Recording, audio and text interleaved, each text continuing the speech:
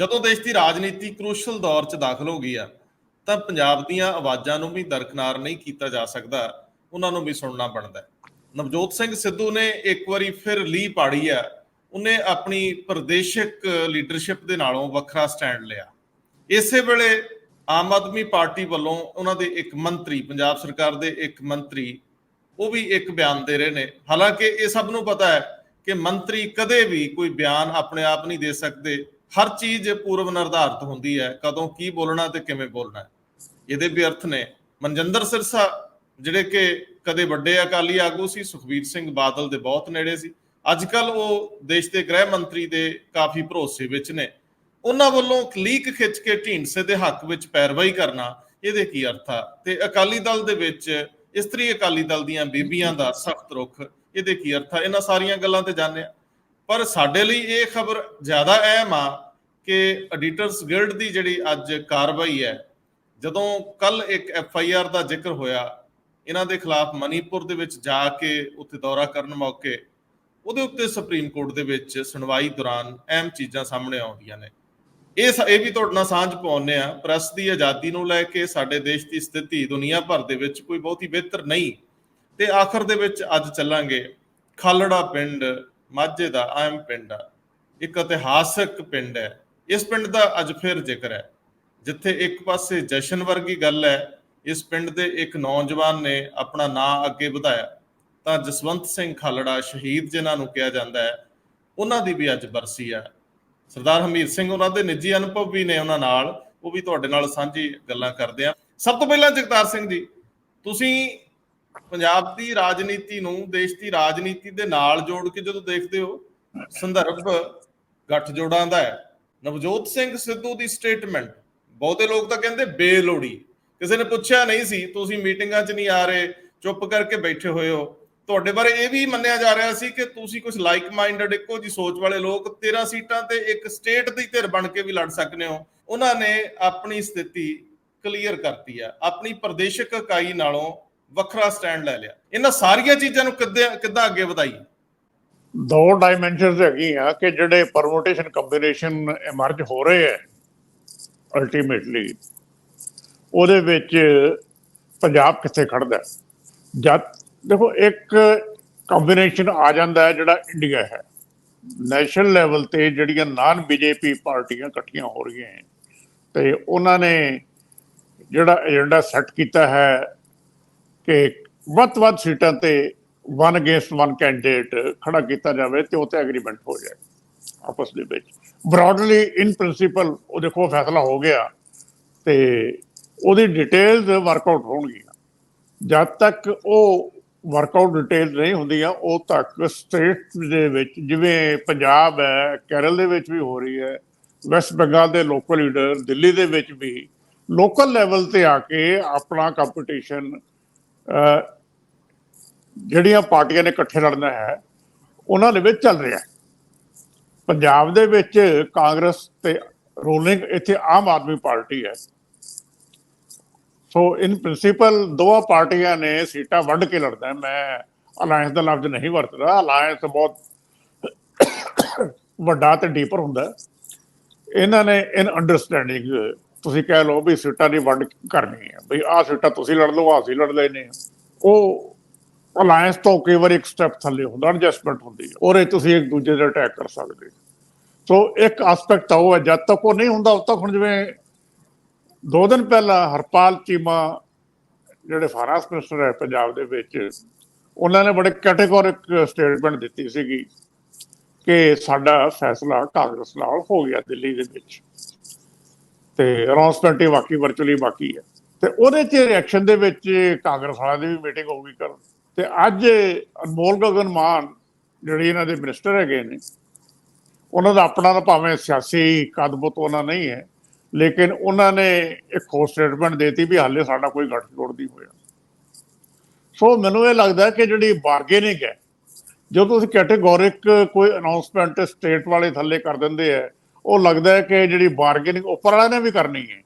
ਗੱਲ ਸਿਰਫ ਇੱਥੇ ਨਹੀਂ ਹੋਣੀ, ਜਿਹੜੀ ਸੀਟਾਂ ਜਿਹੜੀ ਉੱਪਰਲੀ ਕਮੇਟੀ ਨੇ ਡਿਸਾਈਡ ਕਰਨਾ ਹੈ, ਇਹ ਬਾਰਗੇਨਿੰਗ ਉਹਦੇ ਵਿੱਚ ਵੀ ਹੋਏਗੀ। ਸੋ ਜਦ ਤੱਕ ਉੱਥੇ ਫੈਸਲਾ ਨਹੀਂ ਹੁੰਦਾ, ਇਹ ਆਪਣਾ ਭਾਰ ਸਾਰੇ ਵਧਾ ਰਹੇ ਮੇਰੇ ਖਿਆਲ ਦੇ ਵਿੱਚ। ਸੋ ਇਹਨਾਂ ਨੂੰ ਵੀ ਪਤਾ ਹੈ ਕਿ ਫੈਸਲਾ ਸਾਨੂੰ ਪੁੱਛ ਕੇ ਨਹੀਂ ਹੋਣਾ, ਸਾਨੂੰ ਤਾਂ ਸਿਰਫ ਦੱਸ ਦਿੱਤਾ ਜਾਏਗਾ ਵੀ ਕਿੰਨੀਆਂ ਸੀਟਾਂ ਕਿਹਨਾਂ ਨੇ ਲੜਨੀਆਂ, ਕੀ ਸਿਸਟਮ ਹੋਣਾ। ਸੋ ਉਦੋਂ ਤੱਕ ਇਹ ਆਪਸ ਦੇ ਵਿੱਚ ਇਹਨਾਂ ਦੀ ਬਾਰਗੇਨਿੰਗ ਵਧਾਉਣ ਵਾਸਤੇ ਇਹ ਜੋ ਸਟੇਟਮੈਂਟ ਕਾਊਂਟਰ ਸਟੇਟਮੈਂਟ ਚੱਲ ਰਹੀ ਹੈ ਇਹ ਹਾਲੇ ਚੱਲੀ ਜਾਏਗੀ, ਕਿਉਂਕਿ ਖਤਰਾ ਜਿਹੜਾ ਵੱਡਾ ਹੈ ਹੁਣ, ਜਿਵੇਂ ਪੰਜਾਬ ਦੇ ਕਾਂਗਰਸੀ ਕਹਿ ਰਹੇ ਹੈ ਕਿ ਕਾਂਗਰਸ ਖਤਮ ਹੋ ਜਾਏਗੀ ਜੀ, ਅਸੀਂ ਇਹਨਾਂ ਦੇ ਨਾਲ ਲੜ ਕੇ ਚੱਲਾਂਗੇ। ਭਾਈ ਕਾਂਗਰਸ ਤਾਂ ਫਿਰ ਨੈਸ਼ਨਲ ਲੈਵਲ ਤੇ ਹੀ ਖਤਮ ਹੋ ਜਾਏਗੀ ਜੇ ਤੁਸੀਂ ਨਰਿੰਦਰ ਮੋਦੀ ਜਾਂ ਬੀਜੇਪੀ ਨੂੰ ਨਾ ਹਰਾ ਸਕੇ। ਫਿਰ ਤਾਂ ਇਹਨਾਂ ਦੀ ਹੋਂਦ ਨੂੰ ਖਤਰਾ, ਜੇ ਤੁਸੀਂ ਅਲੱਗ-ਅਲੱਗ ਲੜੋਗੇ ਤੁਹਾਡੀ ਪਾਰਟੀ ਦਾ ਨਾਨ ਬੀਜੇਪੀ ਪਾਰਟੀਆਂ ਦੀ ਹੋਂਦ ਨੂੰ ਤਾਂ ਵੈਸੇ ਵੀ ਖਤਰਾ ਹੈ। ਜੇ ਕੋਈ ਥੋੜਾ ਬਹੁਤ ਰਿਸਕ ਲੈ ਕੇ ਉਸ ਖਤਰੇ ਨੂੰ ਟਾਲਿਆ ਜਾ ਸਕਦਾ ਹੈ ਤੇ ਮੇਰੇ ਖਿਆਲ ਦੇ ਵਿੱਚ ਉਹ ਆਪਸ਼ਨ ਬੈਟਰ ਹੁੰਦੀ ਹੈ, ਨਾ ਕਿ ਤੁਸੀਂ ਸਾਰੇ ਜੇ ਇਕੱਲੇ ਲੜੋ ਤਾਂ ਸਾਰਿਆਂ ਦੀ ਸਫਾਈ ਹੋ ਜੇ। ਸੋ ਦੂਸਰੀ ਆਪਸ਼ਨ ਦੇ ਲੈ ਕੇ ਇਹ ਸਾਰੇ ਲੋਕ ਇਕੱਠੇ ਹੋਏ, ਸੋ ਉਹਦਾ ਫੈਸਲਾ ਆਉਣ ਵਾਲੇ ਕੁਝ ਦਿਨਾਂ ਦੇ ਵਿੱਚ, ਇਸ ਮਹੀਨੇ ਦੇ ਅਖੀਰ ਤੱਕ ਉਹਨਾਂ ਨੇ ਟਾਰਗੇਟ ਫਿਕਸ ਕੀਤਾ ਹੋਇਆ ਵੀ ਸਾਰੇ ਇਹ ਸੈਟਿੰਗ ਕਰ ਦੇਣੀ ਹੈ। ਸੋ ਸੈਟਲਮੈਂਟ ਹੋ ਜਾਏਗੀ ਤੇ ਉਸ ਤੋਂ ਬਾਅਦ ਇਹ ਆਰਾਮ ਨਾਲ ਆਪਣਾ ਕੰਮ ਕਰਨਾ ਸ਼ੁਰੂ ਕਰ ਦੇਣਗੇ। ਇੱਕ ਆਸਪੈਕਟ ਤਾਂ ਇਹ ਹੈ। ਉਸ ਤੋਂ ਬਾਅਦ ਜਿਹੜਾ ਦੂਸਰਾ ਹੈ, ਮੇਜਰ ਪਾਰਟੀ ਤੀਸਰੀ, ਹੁਣ ਮੈਂ ਤੀਸਰੀ ਲਫ਼ਜ਼ ਕਿਹੜਾ ਬਣਦਾ, ਅਦਰਵਾਈਜ਼ ਤਾਂ ਮੇਜਰ ਪਹਿਲੇ ਹੀ ਧਿਰ ਮੈਂ ਕਿਹਾ ਕਰਦਾ ਸੀ ਕਿਸੇ ਵੇਲੇ, ਸ਼੍ਰੋਮਣੀ ਅਕਾਲੀ ਦਲ, ਕਿਉਂਕਿ ਉਹਨਾਂ ਦੇ ਬੀਜੇਪੀ ਨਾਲ ਬੜੀ ਲੰਬੀ ਸਾਂਝ ਰਹੀ 2020 ਤੱਕ, ਤੇ ਹੁਣ ਵੀ ਅਕਾਲੀ ਦਲ ਦੀਆਂ ਜਿਹੜੀਆਂ ਅੰਦਰੋਂ ਖਬਰਾਂ ਆਉਂਦੀਆਂ ਉਹ ਤਾਂ ਹੁਣ ਵੀ ਆਸ ਲਾਈ ਬੈਠੇ ਆ ਵੀ ਸਾਡਾ ਕੋਈ ਅਰੇਂਜਮੈਂਟ ਅਕਾਲੀ ਦਲ ਨਾਲ ਹੋ ਜਾਏਗਾ। ਹੁਣ ਸਰਦਾਰ ਮਰਜਿੰਦਰ ਸਿੰਘ ਸਰਸਾ ਸੁਖਬੀਰ ਸਿੰਘ ਬਾਦਲ ਦੇ ਕਿਸੇ ਵੇਲੇ OSD ਹੁੰਦੇ ਸੀ ਕਿ ਜਦੋਂ ਸੁਖਬੀਰ ਜੀ ਡਿਪਟੀ CM ਸੀਗੇ, ਸੋ ਇਹਨਾਂ ਦੇ ਬਹੁਤ ਨੇੜੇ ਦੇ ਲੀਡਰ ਸੀਗੇ। ਸੋ ਉਹਨਾਂ ਨੇ ਉਹ ਹੁਣ ਬੀਜੇਪੀ ਚਲੇ ਗਏ। ਸੋ ਉਹ ਕੱਲ ਅੰਮ੍ਰਿਤਸਰ ਜਿਹੜਾ ਉਹਨਾਂ ਨੇ ਬੜੇ ਕੈਟੇਗਰੀਕਲੀ ਗੱਲ ਕੀਤੀ ਹੈ ਵੀ ਸਾਡਾ ਅਰੇਂਜਮੈਂਟ ਸ਼੍ਰੋਮਣੀ ਅਕਾਲੀ ਦਲ ਨਾਲ ਨਹੀਂ ਹੈ ਤੇ ਆਪਣੇ ਸੁਖਦੇਵ ਸਿੰਘ ਢੀਂਡਸਾ ਹੋਰਾਂ ਨਾਲ। ਸੋ ਉਹਨਾਂ ਨੇ ਬੜਾ ਕਲੀਅਰ ਜੀ ਗੱਲ ਕਰਤੀ, ਲੇਕਿਨ ਉੱਥੇ ਵੀ ਜਿਹੜਾ ਫੈਸਲਾ ਅਲਟੀਮੇਟਲੀ ਹੋਣਾ ਹੈ ਉਹ ਸਰਦਾਰ ਮਨਜਿੰਦਰ ਸਿੰਘ ਸਰਸਾ ਦੇ ਕਹਿਣ ਤੇ ਨਹੀਂ ਹੋਣਾ। ਉਹ ਫੈਸਲਾ ਉਹਨਾਂ ਦਾ ਉੱਪਰ ਜਿਹੜੀ ਟਾਪ ਦੀ ਲੀਡਰਸ਼ਿਪ ਹੈ ਉਹਨਾਂ ਨੇ ਫੈਸਲਾ ਕਰਨਾ ਹੈ, ਲੇਕਿਨ ਉਹ ਤੱਕ ਸਪੈਕੂਲੇਸ਼ਨ ਕੰਟੀਨਿਊ ਰਹੇਗੀ। ਉਹਨਾਂ ਦੀ ਦਿੱਕਤ ਬੀਜੇਪੀ ਦੀ ਇਹ ਹੈ ਕਿ ਸੁਖਦੇਵ ਸਿੰਘ ਢੀਂਡਸਾ ਹੋਰੀ ਐਕਟਿਵ ਹੁੰਦਾ ਹੀ ਨਹੀਂ, ਭਾਵੇਂ ਉਹਨਾਂ ਨੂੰ ਹੱਲਾਸ਼ੇਰੀ ਦੇਣ ਦੀ ਕੋਸ਼ਿਸ਼ ਕਰਦੀ ਹੈ ਬੀਜੇਪੀ, ਲੇਕਿਨ ਤੁਸੀਂ ਲਗਾਤਾਰ ਦੇਖ ਲਓ, ਮੇਰੇ ਕਹਿਣ ਦੀ ਲੋੜ ਹੀ ਨਹੀਂ ਗਈ ਕਿ ਉਹਨਾਂ ਦੀ ਐਕਟੀਵਿਟੀ ਕਿਤੇ ਨਜ਼ਰ ਨਹੀਂ ਆਉਂਦੀ। ਲਾਸਟ 20 ਅਗਸਤ ਵਾਲੀ ਉਹਨਾਂ ਦੀ ਕਾਨਫਰੰਸ ਸੀ ਕਿ ਉਸ ਤੋਂ ਬਾਅਦ ਬਿਲਕੁਲ ਕਿਤੇ ਕੋਈ ਸਟੇਟਮੈਂਟ ਨਹੀਂ, ਕੋਈ ਐਕਟੀਵਿਟੀ ਨਹੀਂ। ਸੋ ਇਹ ਸਿਚੁਏਸ਼ਨ ਹੈ ਇਸ ਵੇਲੇ ਜੀ। ਸਭ ਤੋਂ ਵੱਡੀ ਗੱਲ ਤੇ ਇਹ ਹੈ ਕਿ ਢੀਂਡਸਾ ਸਾਹਿਬ ਪਿਛਲੇ ਦਿਨਾਂ 'ਚ ਵੀ ਅਫਵਾਹਾਂ ਰਹੀਆਂ ਕਿ ਉਹਨਾਂ ਦੇ ਪੁੱਤਰ ਨੂੰ ਯੂਨੀਅਨ ਮਿਨਿਸਟਰ ਬਣਾ ਦਿੱਤਾ ਜਾਵੇ, ਉਹਨਾਂ ਨੂੰ ਥੋੜੀ ਤਾਕਤ ਵਧਾਈ ਜਾਵੇ ਤਾਂ ਕਿ ਉਹ ਪੂਰੇ ਪੰਜਾਬ ਦੇ ਭ੍ਰਮਣ ਕਰਨ।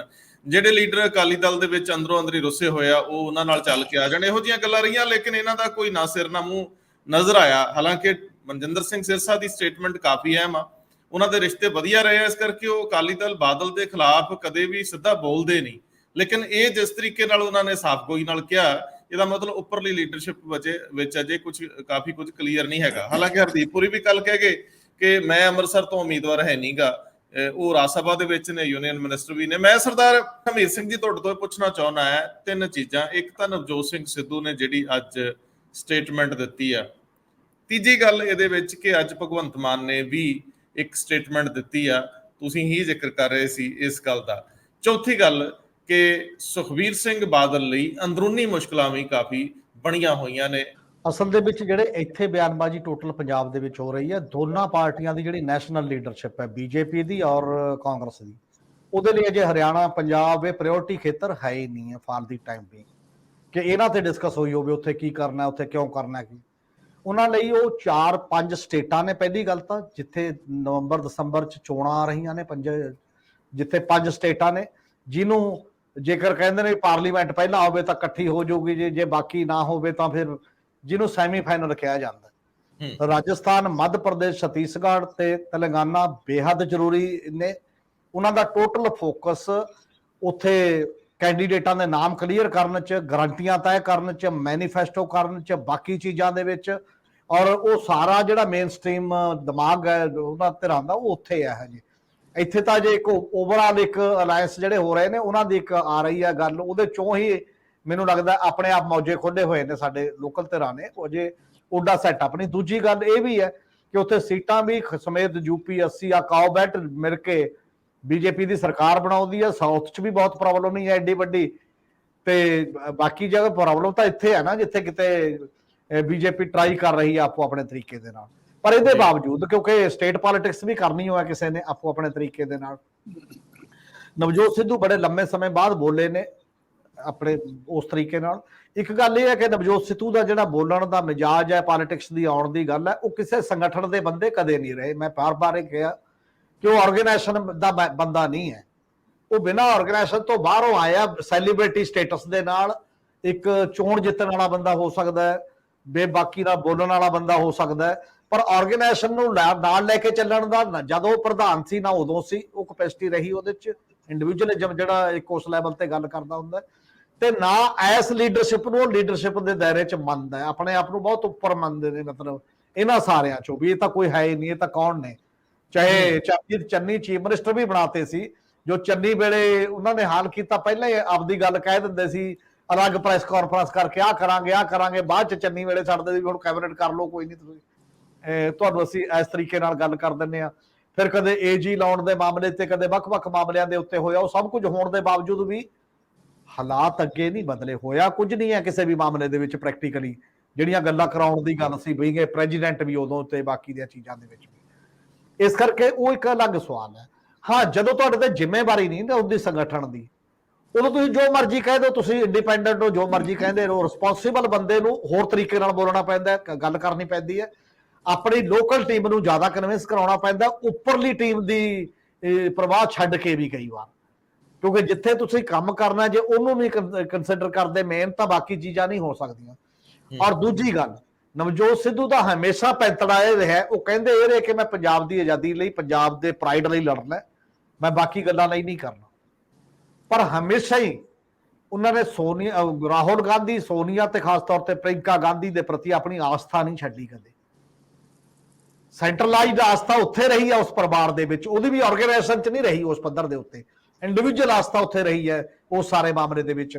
ਇਸ ਲਈ ਇਹ ਕਿਸੇ ਦੇ ਬੰਦੇ ਦੀ ਪਰਸਨੈਲਿਟੀ ਦੇ ਫੀਚਰ ਨੇ, ਜੇਕਰ ਉਹਦੇ ਤੋਂ ਤੈਅ ਕਰੋਗੇ ਤੁਸੀਂ ਕਿ ਕਿਸ ਤਰੀਕੇ ਨਾਲ ਜਾਣਾ। ਹੁਣ ਵੀ ਜਿਹੜਾ ਉਹਨਾਂ ਨੇ ਇਸੇ ਐਂਗਲ ਤੋਂ ਦਿੱਤਾ ਮੇਰਾ ਖਿਆਲ ਹੈ ਬਿਆਨ, ਕਿ ਉੱਪਰੋਂ ਕਹਿਣ ਕੇ ਇਹ ਠੀਕ ਹੈ, ਸਾਡਾ ਉਹਨਾਂ ਦਾ ਇੱਕ ਬਿਆਨ ਬਣਦਾ ਤੇ ਉਸ ਲੈਵਲ ਤੇ। ਹਾਂ, ਨਹੀਂ ਤਾਂ ਫਿਰ ਇਹ ਚਾਹੀਦਾ ਸੀ ਕਿ ਇਸ ਕਾਮਨ ਮੀਟਿੰਗ ਦੇ ਵਿੱਚ ਆ ਕੇ ਜਿਹੜੇ ਵਰਕਰਾਂ ਦੀ ਇੱਕ ਫੀਡਬੈਕ ਹੁੰਦੀ ਆ, ਉਹਦੇ ਆਧਾਰ ਤੇ ਤੁਸੀਂ ਇੱਕ ਗੱਲ ਕਹਿੰਦੇ ਹੋ, ਉਹਨਾਂ ਨੂੰ ਕਨਵਿੰਸ ਕਰਾਉਂਦੇ ਵਰਕਰਾਂ ਨੂੰ ਆ ਕੇ, ਜੋ ਉਸ ਗੱਲ ਦੀ ਵੀ ਕਰਦੇ ਸੀ, ਆਪਣਾ ਰਾਏ ਰੱਖਦੇ ਅੰਦਰ ਪਾਰਟੀ ਦੇ ਮੀਟਿੰਗ ਦੇ ਵਿੱਚ ਜਾ ਕੇ ਕਿ ਹਾਂ ਆਹ ਗੱਲ ਐ ਹੋਣੀ ਚਾਹੀਦੀ ਐ ਨਹੀਂ ਹੋਣੀ ਚਾਹੀਦੀ। ਇਸ ਲਈ ਉਹ ਫਰਿੰਜ ਪਲੇਅਰ ਦੀ ਤਰ੍ਹਾਂ ਖੇਡਦੇ ਨੇ, ਸੈਂਟਰਲ ਪਲੇਅਰ ਦੀ ਤਰ੍ਹਾਂ ਮੇਰਾ ਖਿਆਲ ਨਹੀਂ ਖੇਡ ਰਹੇ ਪੋਲਿਟਿਕਸ ਨੂੰ। ਬਾਕੀ ਠੀਕ ਹੈ, ਉਹਨਾਂ ਦੇ ਉਪਾਸਕ ਹੈਗੇ ਨੇ ਪੰਜਾਬ 'ਚ ਬਥੇਰੇ ਜਿਹੜੇ ਕਹਿੰਦੇ ਨੇ ਉਹਨੂੰ ਲਿਆਓ ਜੀ, ਉਹ ਇਮਾਨਦਾਰ ਐ ਫਲਾਨਾ ਧਿਮਕਾ, ਉਹ ਇੱਕ ਅਲੱਗ ਟਾਈਪ ਦੀ ਗੱਲ ਹੁੰਦੀ ਹੈ।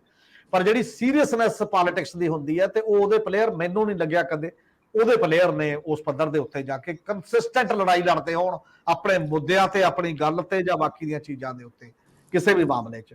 ਜਿਹੜੀ ਇੱਕ ਧੋਲੀ ਮਾਰਨੀ ਹੁੰਦੀ ਹੈ ਕੁਝ ਗੱਲ ਕਹਿ ਕੇ ਇੱਕ ਪਬਲਿਸਾਈਟ, ਉਹ ਇੱਕ ਗੱਲ ਹੈਗੀ ਹੈ, ਕਿਉਂਕਿ ਅਖਬਾਰਾਂ ਛਾਪਦੀਆਂ ਨੇ, ਟੀਵੀ ਡਿਬੇਟ ਕਰਦੇ ਨੇ, ਸੈਲੀਬ੍ਰਿਟੀ ਦਾ ਇੰਨਾ ਕੰਮ ਹੁੰਦਾ ਹੀ ਹੈ, ਉਹ ਗੱਲ ਉਹਨਾਂ ਦੇ ਦਾਇਰੇ 'ਚ ਹੈ। ਦੂਜੀ ਗੱਲ ਜਿਹੜੀ ਕਾਂਗਰਸ ਦੇ ਬਾਕੀ ਦੀ ਗੱਲ ਕਰ ਰਹੀ ਹੈ, ਚਾਹੇ ਉਹ ਰਾਜਾ ਵੜਿੰਗ ਹੈ, ਚਾਹੇ ਉਹ ਰਾਜੇ ਵੜਿੰਗ ਨੇ ਵੀ ਅੱਜ ਕਿਹਾ ਕਿ ਹਾਈ ਕਮਾਂਡ ਨੇ ਆਫੀਸ਼ੀਅਲੀ ਨਹੀਂ ਸਾਨੂੰ ਦੱਸਿਆ, ਆਫੀਸ਼ੀਅਲੀ ਨਹੀਂ ਦੱਸਿਆ, ਕਿਸੇ ਨੂੰ ਵੀ ਨਹੀਂ ਦੱਸਿਆ। ਵੈਸੇ ਆਫੀਸ਼ੀਅਲੀ ਆਪ ਵਾਲੇ ਵੀ ਤੁਹਾਨੂੰ ਵੀ ਕਿਸੇ ਨੂੰ ਨਹੀਂ ਦੱਸਿਆ ਗਿਆ, ਆਫੀਸ਼ੀਅਲੀ ਉਹਨਾਂ ਨੂੰ ਵੀ ਕਿਸੇ ਨੂੰ ਨਹੀਂ ਦੱਸਿਆ ਗਿਆ। ਆਫੀਸ਼ੀਅਲੀ ਤਾਂ ਜੇ ਦੱਸਣਾ ਨਾ ਉਸ ਤੋਂ ਬਾਅਦ ਜਦੋਂ ਉੱਪਰਲੇ ਇੱਕ ਕਮੇਟੀ ਬਣ ਗਈ, ਕੋਆਰਡੀਨੇਟਿੰਗ ਕਮੇਟੀ, ਜਿਹ ਚ ਰਾਘਵ ਚੱਡਾ ਆਪ ਦੇ ਵੱਲੋਂ ਹੈ, ਜਿਹਦੇ ਚ ਆਮ ਆਦਮੀ ਪਾਰਟੀ ਦੇ ਵੀ ਜਿਹੜੇ ਸ਼ਾਇਦ ਬੇਨੂ ਗੋਪਾਲ ਨੇ, ਉਹ ਵੀ ਉਸ ਕੋਆਰਡੀਨੇਸ਼ਨ ਕਮੇਟੀ ਦੇ, ਕਾਂਗਰਸ ਦੇ ਕੇਸੀ ਬੇਨੂ ਗੋਪਾਲ, ਕਾਂਗਰਸ ਦੀ ਬੇਨੂ ਗੋਪਾਲ ਨੇ, ਆਮ ਆਦਮੀ ਪਾਰਟੀ ਦੇ ਰਾਘਵ ਚੱਡਾ ਨੇ, ਉਹ ਕਮੇਟੀ ਨੂੰ ਕੰਮ ਦਿੱਤਾ ਗਿਆ ਕਿ ਤੁਸੀਂ ਡਿਫਰੈਂਟ ਸਟੇਟਾਂ ਨਾਲ ਤਾਲਮੇਲ ਕਰਕੇ 30 ਸਤੰਬਰ ਦੇ ਵਿੱਚ ਤੱਕ ਇਹ ਕਲੀਅਰ ਕਰੋ ਜੋ ਟਿਕਟ ਦੀ ਡਿਵੀਜ਼ਨ ਹੈ। ਹਜੇ ਤੱਕ ਮੇਰਾ ਖਿਆਲ ਕੋਈ ਮੀਟਿੰਗ ਨਹੀਂ ਹੋਈ ਇਸ ਮੁੱਦੇ ਤੇ, ਉਸ ਕਮੇਟੀ ਦੀ ਸੁਣੀ ਤਾਂ ਨਹੀਂ, ਆਪਸ ਚ ਕਿਤੇ ਮਿਲਲੇ ਹੋਣ ਤੋਂ ਅਲੱਗ ਗੱਲ ਹੈ। ਲਾਜ਼ਮੀ ਹੈ ਕਿ ਉਹ ਆਪੋ ਆਪਣੇ ਬੰਦਿਆਂ ਦੀ ਮੀਟਿੰਗ ਜ਼ਰੂਰ ਸੁਣਨਗੇ, ਹਰੇਕ ਲੀਡਰ ਸੁਣੂਗਾ, ਜਿਹੜੇ ਚੋਂ ਕੋਆਰਡੀਨੇਸ਼ਨ ਕਮੇਟੀ ਜਿਹੜੇ ਹੈਗੇ ਨੇ। ਇਦੋਂ ਪਹਿਲਾਂ ਆਮ ਆਦਮੀ ਪਾਰਟੀ ਨੇ ਇੱਕ ਥੋੜਾ ਜਿਹਾ ਖੁੱਲਾ ਜਿਹਾ ਮਨ ਦਿਖਾ ਕੇ, ਜਿਵੇਂ ਐਕਸਪੀਰੀਅੰਸ ਉਹਨਾਂ ਨਹੀਂ ਹੁੰਦਾ ਨਾ। ਆਪਾਂ ਕਹਿ ਦਿੰਦੇ ਚਲ ਉੱਪਰ ਹੋ ਗਿਆ, ਹੁਣ ਇੱਥੇ ਬਿਆਨ ਦੇ ਦਿਓ, ਉਹ ਬਿਆਨ ਦੇਤੇ ਇਸ ਲੈਵਲ ਦੇ। ਪਹਿਲਾਂ ਭਗਵੰਤ ਮਾਨ ਨੇ ਦਿੱਤਾ ਸੀ, ਬਾਅਦ ਚ ਚੀਮੇ ਨੇ ਦਿੱਤਾ 3 ਦਿਨ ਬਾਅਦ, ਕਿ ਉੱਪਰਲੀ ਬਹੁਤ ਵੱਡੀ ਜਦੋਂ ਪ੍ਰੋਬਲਮ ਹੁੰਦੀ ਹੈ, ਜਦੋਂ ਦੇਸ਼ ਦਾ ਹਿੱਤ ਹੁੰਦਾ ਹੈ, ਜਦੋਂ ਵੱਡੇ ਸੰਵਿਧਾਨ ਬਚਾਉਣ ਦਾ ਕੁਐਸਚਨ ਹੁੰਦਾ ਹੈ, ਉਦੋਂ ਬਾਕੀ ਚੀਜ਼ਾਂ ਨਹੀਂ ਸੋਚੀਆਂ ਜਾਂਦੀਆਂ, ਤਿਆਗ ਤੇ ਕੁਰਬਾਨੀ ਦੀ ਲੋੜ ਹੁੰਦੀ ਹੈ। ਇਸ ਲਈ ਅਲਾਇੰਸ ਕਲੀਅਰ ਹੈ। ਪਰ ਦੂਜੇ ਪਾਸੇ ਕਾਂਗਰਸ ਦਾ ਰੁਖ ਦੇਖ ਕੇ ਫਿਰ ਟੈਕਟੀਕਲੀ ਸ਼ਾਇਦ ਉਹਨਾਂ ਦੀ ਵੀ ਹਾਈ ਕਮਾਂਡ ਨੇ ਉਹ ਕੀਤਾ ਹੋਣਾ ਕਿ ਉਹਨਾਂ ਚਿਰ ਤੁਸੀਂ ਵੀ ਇਹ ਕਹਿੰਦੇ ਰਹੋ, ਕੋਈ ਗੱਲ ਨਹੀਂ, ਕਿ ਆਪਾਂ ਵੀ ਇਕੱਲੇ ਲੜ ਸਕਦੇ ਹਾਂ, ਆਪਾਂ ਵੀ ਇਕੱਲੇ ਲੜ ਸਕਦੇ ਹਾਂ। ਆਪੋ ਆਪਣੇ ਵਰਕਰਾਂ ਨੂੰ ਵੀ ਤਾਂ ਖੜਾਉਣਾ। ਵਰਕਰ ਹੁਣ ਕੇਡਰ ਐਡਾ ਕਿਸੇ ਦਾ ਨਹੀਂ ਹੈ ਕਿ ਕਮਿਟਡ ਕੇਡਰ ਹੈ, ਆਈਡੀਓਲੋਜੀਕਲ ਕੇਡਰ ਹੈ, ਇਹੋ ਜਿਹਾ ਕੇਡਰ ਨਹੀਂ ਹੈ ਇਹਨਾਂ ਪਾਰਟੀਆਂ ਕੋਲ। ਉਹ ਸੱਤਾ ਨਾਲ ਖੜਾ, ਪਾਵਰ ਨਾਲ ਖੜਾ। ਜੇ ਅੱਜ ਨਹੀਂ ਦੂਜੇ ਨੂੰ ਆਉਂਦੀ ਨਜ਼ਰ ਆਉਣੀ ਚਾਹੀਦੀ ਹੈ, ਜਿਹਦੇ ਕੋਲ ਅੱਜ ਹੈ ਉਹਨੂੰ ਰਿਟੇਨ ਹੁੰਦੀ ਨਜ਼ਰ ਆਉਣੀ ਚਾਹੀਦੀ ਹੈ, ਤਾਂ ਉਹਦੇ ਨੇੜੇ ਤੇੜੇ ਖੜਦਾ। ਉਹਨਾਂ ਨੂੰ ਲੱਗਦਾ ਵੀ ਜੇ 6-6 7-7 ਵਾਲੇ ਪਹਿਲਾਂ ਹੀ ਇਹ ਲੱਗਣ ਲੱਗੇ ਵੀ ਆਹ ਤਾਂ ਆਪਾਂ ਨੂੰ ਆਉਣਾ ਹੀ ਨਹੀਂ, ਇਸ ਲਈ ਇੱਥੇ ਤਾਂ ਕਾਹਨੂੰ ਸਰਗਰਮੀ ਕਰਨੀ ਹੈ, ਆਹ ਸੀਟ ਤਾਂ ਸ਼ਾਇਦ ਉਹਨੂੰ ਚਲੀ ਜਾਵੇ, ਆਪਾਂ ਕਾਹਨੂੰ ਕਰਨੀ ਹੈ। ਹਜੇ ਇਹਨਾਂ ਦੀ ਡਿਬੇਟ ਹੋਣੀ ਹੈ ਕਿ 92 ਅਸੈਂਬਲੀ ਇਲੈਕਸ਼ਨ ਨੂੰ ਆਧਾਰ ਬਣਾਇਆ ਜਾਣਾ ਜਾਂ ਪਾਰਲੀਮੈਂਟ ਦੇ ਨੂੰ। ਜੇ ਪਾਰਲੀਮੈਂਟ ਦੇ ਨੂੰ ਬਣਾਇਆ ਜਾਣਾ ਪੰਜਾਬ ਦੇ ਵਿੱਚ ਤਾਂ ਕਾਂਗਰਸ ਡੋਮੀਨੇਟ ਕਰਦੀ ਹੈ ਉਸ ਮਾਮਲੇ ਦੇ ਵਿੱਚ। ਜੇਕਰ ਅਸੈਂਬਲੀ ਨੂੰ ਬਣਾਇਆ ਜਾਣਾ ਤਾਂ ਆਪ ਕਰਦੀ ਹੈ। ਪਾਰਲੀਮੈਂਟ ਤੇ ਅਸੈਂਬਲੀ ਦੋਨੋਂ ਇੱਕੋ ਨੇਚਰ ਦੀਆਂ ਚੀਜ਼ਾਂ ਨਹੀਂ ਹੁੰਦੀਆਂ, ਅਲੱਗ-ਅਲੱਗ ਨੇਚਰ ਦੀਆਂ ਨੇ, ਵੋਟਿੰਗ ਅਲੱਗ-ਅਲੱਗ ਹੁੰਦੀ ਹੈ। ਉਸੇ ਇਹ ਆਮ ਆਦਮੀ ਪਾਰਟੀ ਨੂੰ ਦਿੱਲੀ 'ਚ ਵੀ ਪਤਾ ਹੈ, ਇਹ ਆਮ ਆਦਮੀ ਪਾਰਟੀ ਨੂੰ ਪੰਜਾਬ 'ਚ ਵੀ ਪਤਾ ਹੈ, ਵੱਖ-ਵੱਖ ਮਾਮਲਿਆਂ 'ਚ ਵੀ ਪਤਾ। ਸਾਰੀਆਂ ਪਾਰਟੀਆਂ ਨੂੰ ਮੇਰੇ ਖਿਆਲ ਉਸ ਲੈਵਲ ਤੇ ਪਤਾ ਹੋਣਾ ਚਾਹੀਦਾ। ਪੱਛਮੀ ਬੰਗਾਲ ਤੋਂ ਲੈ ਕੇ ਯੂਪੀ ਤੋਂ ਲੈ ਕੇ ਡਿਫਰੈਂਟ ਜਗ੍ਹਾ ਜਿੱਥੇ ਬੀਜੇਪੀ ਲਗਭਗ ਸਾਰੀਆਂ ਸਵੀਪ ਕਰਦੀ ਹੈ ਯੂਪੀ ਦੇ ਵਿੱਚ, ਉੱਥੇ ਵੀ ਰਾਜਸਥਾਨ ਦੇ ਵਿੱਚ ਜਿੱਥੇ ਕਾਂਗਰਸ ਦੀ ਅਸੈਂਬਲੀ ਸਰਕਾਰ ਬਣ ਜਾਂਦੀ ਹੈ ਤੇ ਬੀਜੇਪੀ 22-23 ਸੀਟਾਂ ਪਾਰਲੀਮੈਂਟ ਦੀਆਂ ਜਾਂਦੀ ਹੈ, ਉੱਥੇ ਵੀ ਇਹ ਸਾਰੇ ਮਾਮਲੇ ਅਲੱਗ-ਅਲੱਗ ਤਰੀਕੇ ਦੇ ਨੇ। ਇਹਦੇ ਚ ਕਿਵੇਂ ਡਿਮਾਰਕੇਸ਼ਨ ਹੋਣੀ ਹੈ, ਸ਼ਾਇਦ ਉਹ ਬੰਦੇ ਅਜੇ ਅੰਦਾਜ਼ਾ ਲਾਉਣਗੇ ਆਪੋ ਆਪਣੇ ਫੈਕਟ ਫਿਗਰ ਦੇ ਨਾਲ, ਜੇ ਕਿਸ ਲੈਵਲ ਦੀ ਗੱਲ ਕਰਨੀ ਹੈ। ਤੇ ਜਿਹੜੇ ਸਵਾਲ ਅੱਗੇ ਅਕਾਲੀ ਦਲ ਦੇ ਕੁਐਸਚਨ ਨੇ, ਜਿਹੜੇ ਉਸ ਪੱਧਰ ਦੇ ਅਕਾਲੀ ਬੀਜੇਪੀ ਦੇ ਸਵਾਲ ਨੇ, ਜਿਵੇਂ ਮੈਨੂੰ ਲੱਗਦਾ ਕਿ ਦੱਸਿਆ ਹੀ ਨਹੀਂ, ਇਸੇ ਲਈ ਮੈਂ ਕੱਲ ਜਾਖੜ ਸਾਹਿਬ ਦੀ ਇੱਕ ਇੰਟਰਵਿਊ ਸੁਣ ਰਿਹਾ ਸੀ ਟੀਵੀ ਚੈਨਲ ਤੇ। ਐਜ ਏ ਸਟੇਟ ਪ੍ਰੈਜ਼ੀਡੈਂਟ ਉਹ ਕਹਿੰਦੇ ਮੈਨੂੰ ਕੁਝ ਨਹੀਂ ਪੁੱਛਿਆ ਗਿਆ ਹਜੇ ਤੱਕ, ਨਾ ਮੈਨੂੰ ਦੱਸਿਆ ਗਿਆ, ਮੈਂ ਆਪਣੀ ਜੱਜਮੈਂਟ ਦੇਵਾਂਗਾ ਜਦੋਂ ਪਾਰਟੀ ਚਾਹੂਗੀ। ਜੇ ਮੈਂ ਬਾਹਰ ਨਹੀਂ ਕੋਈ ਗੱਲ ਕਰਨਾ ਚਾਹੁੰਦਾ। ਬੀਇੰਗ ਏ ਪ੍ਰੈਜ਼ੀਡੈਂਟ ਮੇਰੀ ਜ਼ਿੰਮੇਵਾਰੀ ਇਹ ਲਾਈ ਹੈ ਫਿਲਹਾਲ ਕਿ ਪੂਰੇ ਪੰਜਾਬ ਦੇ ਵਿੱਚ ਪਾਰਟੀ ਸੰਗਠਨ ਮਜ਼ਬੂਤ ਕਰੋ। ਸਾਨੂੰ ਪਤਾ ਹੈ ਖਾਲਾ ਜੀ ਦਾ ਬਾੜਾ ਨਹੀਂ ਹੈ, ਬੇਹੱਦ ਔਖਾ ਕੰਮ ਹੈ। ਰੂਰਲ ਏਰੀਆ ਦੇ ਵਿੱਚ ਅਜੇ ਬੀਜੇਪੀ ਨੇ ਪੈਰ ਲਾਉਣੇ ਨੇ ਬਹੁਤ ਵੱਡੇ ਪੱਧਰ ਦੇ ਉੱਤੇ, ਬਾਕੀ ਅਰਬਨ ਚ ਵੀ। ਪਰ ਜਦ ਇਹ ਕੋਈ ਮੌਕਾ ਆਊਗਾ ਮੈਂ ਉਹ ਦੱਸਾਂ। ਮੇਰਾ ਖਿਆਲ ਹੈ ਸੋਬਰ ਪੋਲੀਟੀਸ਼ੀਅਨ ਦਾ ਇਹੋ ਜਿਹੀ ਰਿਐਕਸ਼ਨ ਹੁੰਦਾ। ਜਿਹੜੇ ਬਹੁਤ ਛੋਟੇ ਨੇ, ਜਿਨ੍ਹਾਂ ਨੂੰ ਘੱਟ ਵੀ ਪੁੱਛਿਆ ਜਾਂਦਾ ਹੋਊਗਾ, ਉਹ ਪੂਰਾ ਟੂ ਦੀ ਪੁਆਇੰਟ ਨਹੀਂ ਦਿੰਦੇ, ਉਹ ਐਗਜ਼ੈਜਰੇਟ ਕਰਕੇ ਸ਼ਾਇਦ ਬਿਆਨ ਉਸ ਲੈਵਲ ਤੇ ਦੇ ਦਿੰਦੇ ਨੇ। ਹੁਣ ਜਿਹੜਾ ਇਹ ਹੈ ਕਿ ਢੀਂਡਸਾ ਨਾਲ ਬਣੂਗਾ, ਫਲਾਣੇ ਨਾਲ ਬਣੂਗਾ, ਜੇ ਉਹ, ਇਹ ਮੈਨੂੰ ਲੱਗਦਾ ਠੀਕ ਹੈ। ਬੀਜੇਪੀ ਨੇ ਢੀਂਡਸਾ ਨੂੰ ਐਨਡੀਏ ਚ ਵੀ ਸੱਦੇਗਾ, ਬਾਕੀ ਦੇ ਨਹੀਂ ਉਹ ਕੀਤਾ। ਇਹ ਸਾਰੇ ਮੈਨੂੰ ਲੱਗਦਾ ਕਿ ਕਿਤੇ ਨਾ ਕਿਤੇ ਬਾਰਗੇਨਿੰਗ ਪਾਵਰ ਵਧਾਉਣ ਵਾਲੀਆਂ ਪਹੁੰਚਾਂ ਨੇ। ਬਾਰਗੇਨਿੰਗ ਪਾਵਰ ਵਧਾਉਣ ਦੇ ਲਈ ਹਰੇਕ ਬੰਦਾ ਆਪੋ ਆਪਣੀ ਕੋਸ਼ਿਸ਼ ਕਰਦਾ, ਤੇ ਜਦੋਂ ਬੈਠਣਗੇ ਉਦੋਂ ਫਿਰ ਪਤਾ ਲੱਗੂਗਾ ਨਹੀਂ ਇੱਕ ਤਾਂ ਇਹਨਾਂ ਨੂੰ ਵੀ ਛੱਡੋ ਨਾ, ਇੱਕ ਇਹਦੀ ਬਜਾਏ ਆਹ ਕਰੋ, ਇੱਕ ਆਹ ਕਰੋ, ਆਹ ਕਰੋ, ਜਿਹੜੀਆਂ ਵੀ ਚੀਜ਼ਾਂ ਨੇ। ਇਸ ਲਈ ਬੀਜੇਪੀ ਇਹ ਕਰ ਰਹੀ ਹੈ, ਸਾਰੇ ਸੂਬਿਆਂ ਚ ਕਰ ਰਹੀ ਹੈ, ਕਿਸੇ ਇੱਕ ਚ ਨਹੀਂ ਕਰ ਰਹੀ। ਮੈਂ ਕੱਲ ਸ਼ਾਇਦ ਕਿਹਾ ਸੀ 3-4 ਪਾਰਟੀਆਂ ਨੂੰ ਉਹ ਬਿਹਾਰ ਚੋਂ ਛੋਟੀਆਂ ਨੂੰ ਲੈ ਰਹੀ ਹੈ, 3 ਪਾਰਟੀਆਂ ਨੂੰ ਯੂਪੀ ਚੋਂ ਲੈ ਰਹੀ ਹੈ, ਔਰ ਇਹ ਆਂਧਰਾ ਚ ਉਹ ਦੋਨੋਂ ਮੇਨ ਪਾਰਟੀਆਂ ਨੂੰ, ਆਪੋਜੀਸ਼ਨ ਨੂੰ ਤੇ ਸਰਕਾਰੀ ਸੱਤਾ ਧਿਰ ਨੂੰ ਨਾਲ ਲੈਣ ਦੀ ਟਰਾਈ ਕਰ ਰਹੀ ਹੈ, ਕਿਸੇ ਤਰੀਕੇ ਨਾਲ ਹੋਣਗੇ। ਇਸ ਲਈ ਇਹ ਕਰੂਸ਼ਲ ਇਲੈਕਸ਼ਨ ਹੈ ਉਸ ਪੱਧਰ ਦੇ ਉੱਤੇ। ਉਹ ਟਰਾਈ ਹੋ ਰਹੀ ਹੈ ਕਿ ਕਿਵੇਂ ਮੈਨੇਜ ਕੀਤਾ ਜਾਏ ਇਹ ਸਾਰੀਆਂ ਗੱਲਾਂ ਨੂੰ। ਪਰ ਅਕਾਲੀ ਦਲ ਦੀ ਇੱਕ ਗੱਲ ਹੈ ਕਿ ਉਹ ਅਜੇ ਜਿਹੜੀਆਂ ਬੀਬੀਆਂ ਦਾ ਮਾਮਲਾ, ਜਿਹੜਾ ਪ੍ਰਧਾਨ ਜੀ ਨੇ ਉਹਨਾਂ ਨੂੰ ਹਫ਼ਤਾ ਦਿੱਤਾ ਸੀ ਕਿ ਮੈਂ ਹਫ਼ਤੇ 'ਚ ਕੁਝ ਕਰਦਾ। ਇਹ 8 ਤਰੀਕ ਦੀ ਮੀਟਿੰਗ ਸੀ, ਸ਼ਾਇਦ 8 ਅਗਸਤ ਦੀ। ਕੱਲ ਪਰਸੋਂ ਨੂੰ ਪੂਰਾ ਮਹੀਨਾ ਹੋ ਜਾਣਾ ਹੈ, ਹਜੇ ਤੱਕ ਕੀਤਾ ਤਾਂ ਕੁਝ ਨਹੀਂ ਗਿਆ। ਮੇਰੇ ਖਿਆਲ ਨਾਲ ਕੁਝ ਵੀ ਨਹੀਂ ਹੋਇਆ, ਤੇ ਉਸੇ ਤਰੀਕੇ ਨਾਲ ਇੱਕ ਮਾਹੌਲ ਚੱਲ ਰਿਹਾ। ਤੇ ਮਤਲਬ ਜਦੋਂ ਇੰਟਰਨਲ ਜਿਹੜੀਆਂ ਤੁਹਾਡੀਆਂ ਫਾਲਟ ਲਾਈਨਸ ਨੇ, ਨਾਰਾਜ਼ਗੀਆਂ ਨੇ, ਜੇ ਉਹਨਾਂ ਨੂੰ ਤੁਸੀਂ ਪਹਿਲਾਂ ਠੀਕ ਕਰੋਗੇ ਤਾਂ ਜਾ ਕੇ ਇੱਕ ਉਤਸ਼ਾਹ ਹੁੰਦਾ ਨਾ ਵਰਕਰਜ਼ ਦੇ ਵਿੱਚ, ਜਾਂ ਬਾਕੀ ਚੀਜ਼ਾਂ ਕਿ ਅਸੀਂ ਕੁਝ ਕਰਨਾ ਜਾਂ ਉਸ ਲੈਵਲ ਤੇ ਨਹੀਂ ਕਰਨਾ। ਇਹ ਕਮੀ ਤੇ ਕਮਜ਼ੋਰੀ ਤਾਂ ਦਿਖਾਈ ਦੇ ਰਹੀ ਹੈ ਉਸ ਪੱਧਰ ਦੇ ਉੱਤੇ। ਬਾਕੀ ਜੇਕਰ ਦੋ ਪੋਲਰਾਈਜੇਸ਼ਨ, ਮੈਨੂੰ ਇਹ ਲੱਗਦਾ ਕਿ ਅਕਾਲੀ ਦਲ ਤੇ ਬੀਜੇਪੀ ਦਾ ਅੱਜ ਨਹੀਂ, ਜਦੋਂ ਨੇੜੇ ਚੋਣਾਂ ਆਉਣਗੀਆਂ, ਕੁਝ ਹੋਏਗਾ ਇੱਧਰ ਉੱਧਰ, ਤਾਂ ਦੋਨਾਂ ਦਾ ਗੁਜ਼ਾਰਾ ਅਲਾਇੰਸ ਤੋਂ ਬਿਨਾਂ ਨਹੀਂ ਹੈ। ਅਕਾਲੀ ਦਲ ਆਪਣੇ ਏਜੰਡੇ ਤੇ ਤਿਆਰ ਨਹੀਂ ਹੈ ਦੁਬਾਰਾ ਰਿਵਾਈਵ ਹੋਣ ਨੂੰ। ਦੁਬਾਰਾ ਰਿਵਾਈਵ ਹੋਣ ਲਈ ਇੱਕੋ ਇੱਕ ਤਰੀਕਾ, ਸੁਖਦੇਵ ਸਿੰਘ ਢੀਂਡਸਾ ਵੀ ਇਹ ਕਹਿੰਦੇ ਨੇ, ਸਾਰੇ ਅਕਾਲੀ ਸਪਲਿੰਟਰ ਗਰੁੱਪਾਂ ਨਾਲ ਪ੍ਰਾਈਵੇਟ ਗੱਲ ਕਰੋ, ਇਹ ਕਹਿੰਦੇ ਨੇ ਕਿ ਜੇ ਪੰਥਕ ਏਜੰਡੇ ਤੇ ਅਕਾਲੀ ਦਲ ਨੇ ਰਿਵਾਈਵ ਹੋਣਾ ਹੈ, ਸੁਖਬੀਰ ਬਾਦਲ ਹਟ ਜਾਣ, ਅਕਾਲੀ ਦਲ ਮੁੜ ਕੇ ਸਾਰੇ ਗਰੁੱਪ ਇਕੱਠੇ ਹੋਣ, ਫਿਰ ਉਹ ਕੰਪੇਨ ਕਰਨ ਪੰਜਾਬ ਦੇ ਲੋਕਾਂ ਲਈ ਏਜੰਡੇ ਦੇ ਰੂਪ ਦੇ ਵਿੱਚ, ਤਾਂ ਅਕਾਲੀ ਦਲ ਅੱਜ ਵੀ ਮੇਜਰ ਧਿਰ ਹੋਏਗਾ। ਉਹਨਾਂ ਦਾ ਇਹ ਕਹਿਣਾ ਸਭ ਦਾ, ਸਭ ਇੱਥੇ ਖੜੇ ਹੋਏ ਨੇ ਪ੍ਰਾਈਵੇਟ, ਜਿਹੜੇ ਵੱਖ-ਵੱਖ ਬੰਦੇ ਆਪੋ ਆਪਣੀ ਗੱਲ ਕਰ ਰਹੇ ਨੇ। ਹੁਣ ਇੱਧਰ ਤਾਂ ਆਉਂਦੇ ਲੱਗਦੇ ਨਹੀਂ, ਫਿਰ ਗੱਠਜੋੜ ਤਾਂ ਜ਼ਰੂਰੀ ਹੁੰਦਾ, ਫਿਰ ਤਾਂ ਵਿਸਾਖੀ ਦੀ ਲੋੜ ਇੱਕ ਦੂਜੇ ਨੂੰ ਪੈਂਦੀ ਹੋਵੇ ਤੇ ਦੂਜੇ ਤਰੀਕੇ ਨਾਲ ਨਹੀਂ ਲੜਿਆ ਜਾਣਾ ਕਿਸੇ ਨੂੰ। ਲੁਧਿਆਣੇ 'ਚ ਸੀਐਮ ਸੀਗੇ, 1 ਮਿੰਟ ਦੇ ਵਿੱਚ ਕਾਈਂਡਲੀ ਜੇ ਤੁਸੀਂ ਦੱਸ ਸਕੋ, ਲੁਧਿਆਣੇ 'ਚ ਸੀਐਮ ਬੋਲ ਰਹੇ ਸੀ ਗੱਠਜੋੜ ਦੇ ਉੱਤੇ ਹੀ, ਉਹ ਵੀ ਜ਼ਰਾ ਇੱਕ ਵਾਰੀ ਸਾਂਝ ਪਵਾ ਦਿਓ। ਉਹਨਾਂ ਨੇ ਇਹੀ ਬਦਲਿਆ ਜਿਹੜਾ ਅਨਮੋਲ ਗਗਨ ਮਾਨ ਤੋਂ ਸ਼ਾਇਦ ਪਹਿਲਾਂ ਕਿਸੇ ਨੇ ਸੰਗਠਨ ਵਾਲਿਆਂ ਨੇ ਕਹਾਇਆ ਹੋਣਾ, ਤਾਂ ਚੀਫ ਮਿਨਿਸਟਰ ਨੇ ਕਿਹਾ ਹੋਣਾ, ਮੈਂ ਹੀ ਕਹਿ ਦਿੰਦਾ, ਇੰਡੋਰਸ ਕਰਦਾ ਇਸ ਗੱਲ ਨੂੰ। ਚੀਫ ਮਿਨਿਸਟਰ ਨੇ ਇਹ ਕਿਹਾ ਕਿ ਬਾਕੀ ਸਭ ਕੁਝ ਹੈ, ਅਸੀਂ ਵੱਡੀ ਲੜਾਈ ਲੜ ਰਹੇ ਹਾਂ ਦੇਸ਼ ਪੱਧਰ ਦੇ ਉੱਤੇ, ਔਰ ਇਹ ਲੜਨੀ ਚਾਹੀਦੀ ਹੈ ਬੀਜੇਪੀ ਦੇ ਸਾਰੇ ਮੁੱਦਿਆਂ ਤੇ। ਉਹਨਾਂ ਨੇ ਆ ਕਿਹਾ ਕਿ ਜਿਹੜਾ ਇੱਕ ਦੇਸ਼ ਇੱਕ ਇਲੈਕਸ਼ਨ ਜੇ ਉਹ ਇਹਦੇ ਤੇ ਬੋਲ ਕੇ ਨਾਲ ਕਿਹਾ ਵੀ ਪਰ ਆਮ ਆਦਮੀ ਪਾਰਟੀ ਕਮਜ਼ੋਰ ਨਹੀਂ ਹੈ, ਅਸੀਂ ਆਪਣੇ ਦਮ ਤੇ 13 ਲੜ ਸਕਦੇ ਹਾਂ। ਇਹਨੇ ਦਿੱਲੀ ਲੜ ਕੇ ਜਿੱਤ ਕੇ ਦਿਖਾਈ, ਇਹਨੇ ਗੁਜਰਾਤ 'ਚ 13% ਵੋਟ ਲੈ ਕੇ ਦਿਖਾਈ, ਇਹਨੇ ਪੰਜਾਬ ਜਿੱਤ ਕੇ ਦਿਖਾਇਆ, 92 ਸੀਟਾਂ ਲਈਆਂ। ਇਹ ਸਾਰਾ ਲੌਜਿਕ ਦਿੱਤੇ ਕਿ ਇਸ ਤਰੀਕੇ ਦੇ ਉਹ ਜਿਹੜੇ ਵੀ ਪੋਜ਼ਿਟਿਵ ਲੌਜਿਕ ਨੇ ਤੁਸੀਂ ਦੇਣ ਦੀ ਟਰਾਈ ਕਰਦੇ ਹੋ। ਪਹਿਲਾਂ ਉਹੀ ਭਗਵੰਤ ਮਾਨ ਨੇ ਕਿਹਾ ਸੀਗਾ ਕਿ ਵੱਡੇ ਮਾਮਲੇ ਲਈ ਛੋਟੀਆਂ ਕਈ ਵਾਰ ਐਡਜਸਟਮੈਂਟਾਂ ਕਰਨੀਆਂ ਪੈਂਦੀਆਂ ਨੇ, ਪਰ ਹੁਣ ਇਹ ਦਬਾਅ ਹੇਠਲੇ ਹੋਣਗੇ ਰਣਨੀਤਿਕ ਤੌਰ ਤੇ ਕਿ ਨਹੀਂ ਐਨਆਈਡੀ ਜਲਦੀ ਨਾ ਕਰੋ, ਇਹ ਬਹੁਤ ਕਦਮ ਹੌਲੀ ਹੌਲੀ ਸਟੈਪ ਬਾਏ ਸਟੈਪ ਚੱਕਣੇ ਪੈਂਦੇ ਨੇ, ਤੇ ਉਦੋਂ ਜਾ ਕੇ ਪੱਤੇ ਪੂਰੇ ਖੋਲਿਓ ਨੇੜੇ ਜਾ ਕੇ, ਨਹੀਂ ਤਾਂ ਹਜੇ ਸ਼ਾਇਦ ਲਾਸ ਨਾ ਹੋ ਜਾਏ ਕਿਤੇ। ਮੈਂ ਇੱਕ ਗੱਲ ਐਡ ਕਰ ਦੇਣਾ ਨਾਲ ਹੀ ਇੱਥੇ, ਇੱਕ ਡਾਇਮੈਂਸ਼ਨ ਹੋਰ ਹੈ ਪਿਛਲੀਆਂ 2-3 ਇਲੈਕਸ਼ਨ ਤੋਂ, ਰਾਦਰ 2014 ਤੋਂ ਲੈ ਲਓ, ਉਹਦੇ ਟੈਕਨੋਲੋਜੀ ਦਾ ਜਿਹੜਾ ਰੋਲ ਹੈ ਉਹ ਬਹੁਤ ਵੱਡਾ ਹੈ।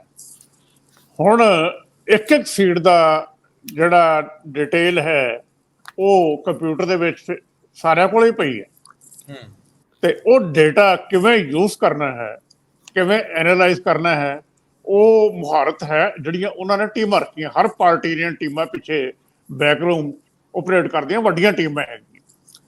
ਆਪ ਔਰ ਬੀਜੇਪੀ ਇਸ ਕੰਮ ਦੇ ਵਿੱਚ ਬਹੁਤ ਅੱਗੇ ਹੈ, ਕਾਂਗਰਸ ਹੁਣ ਉਸ ਲੈਵਲ ਤੇ ਪਹੁੰਚਣ ਲੱਗੀ ਹੈ।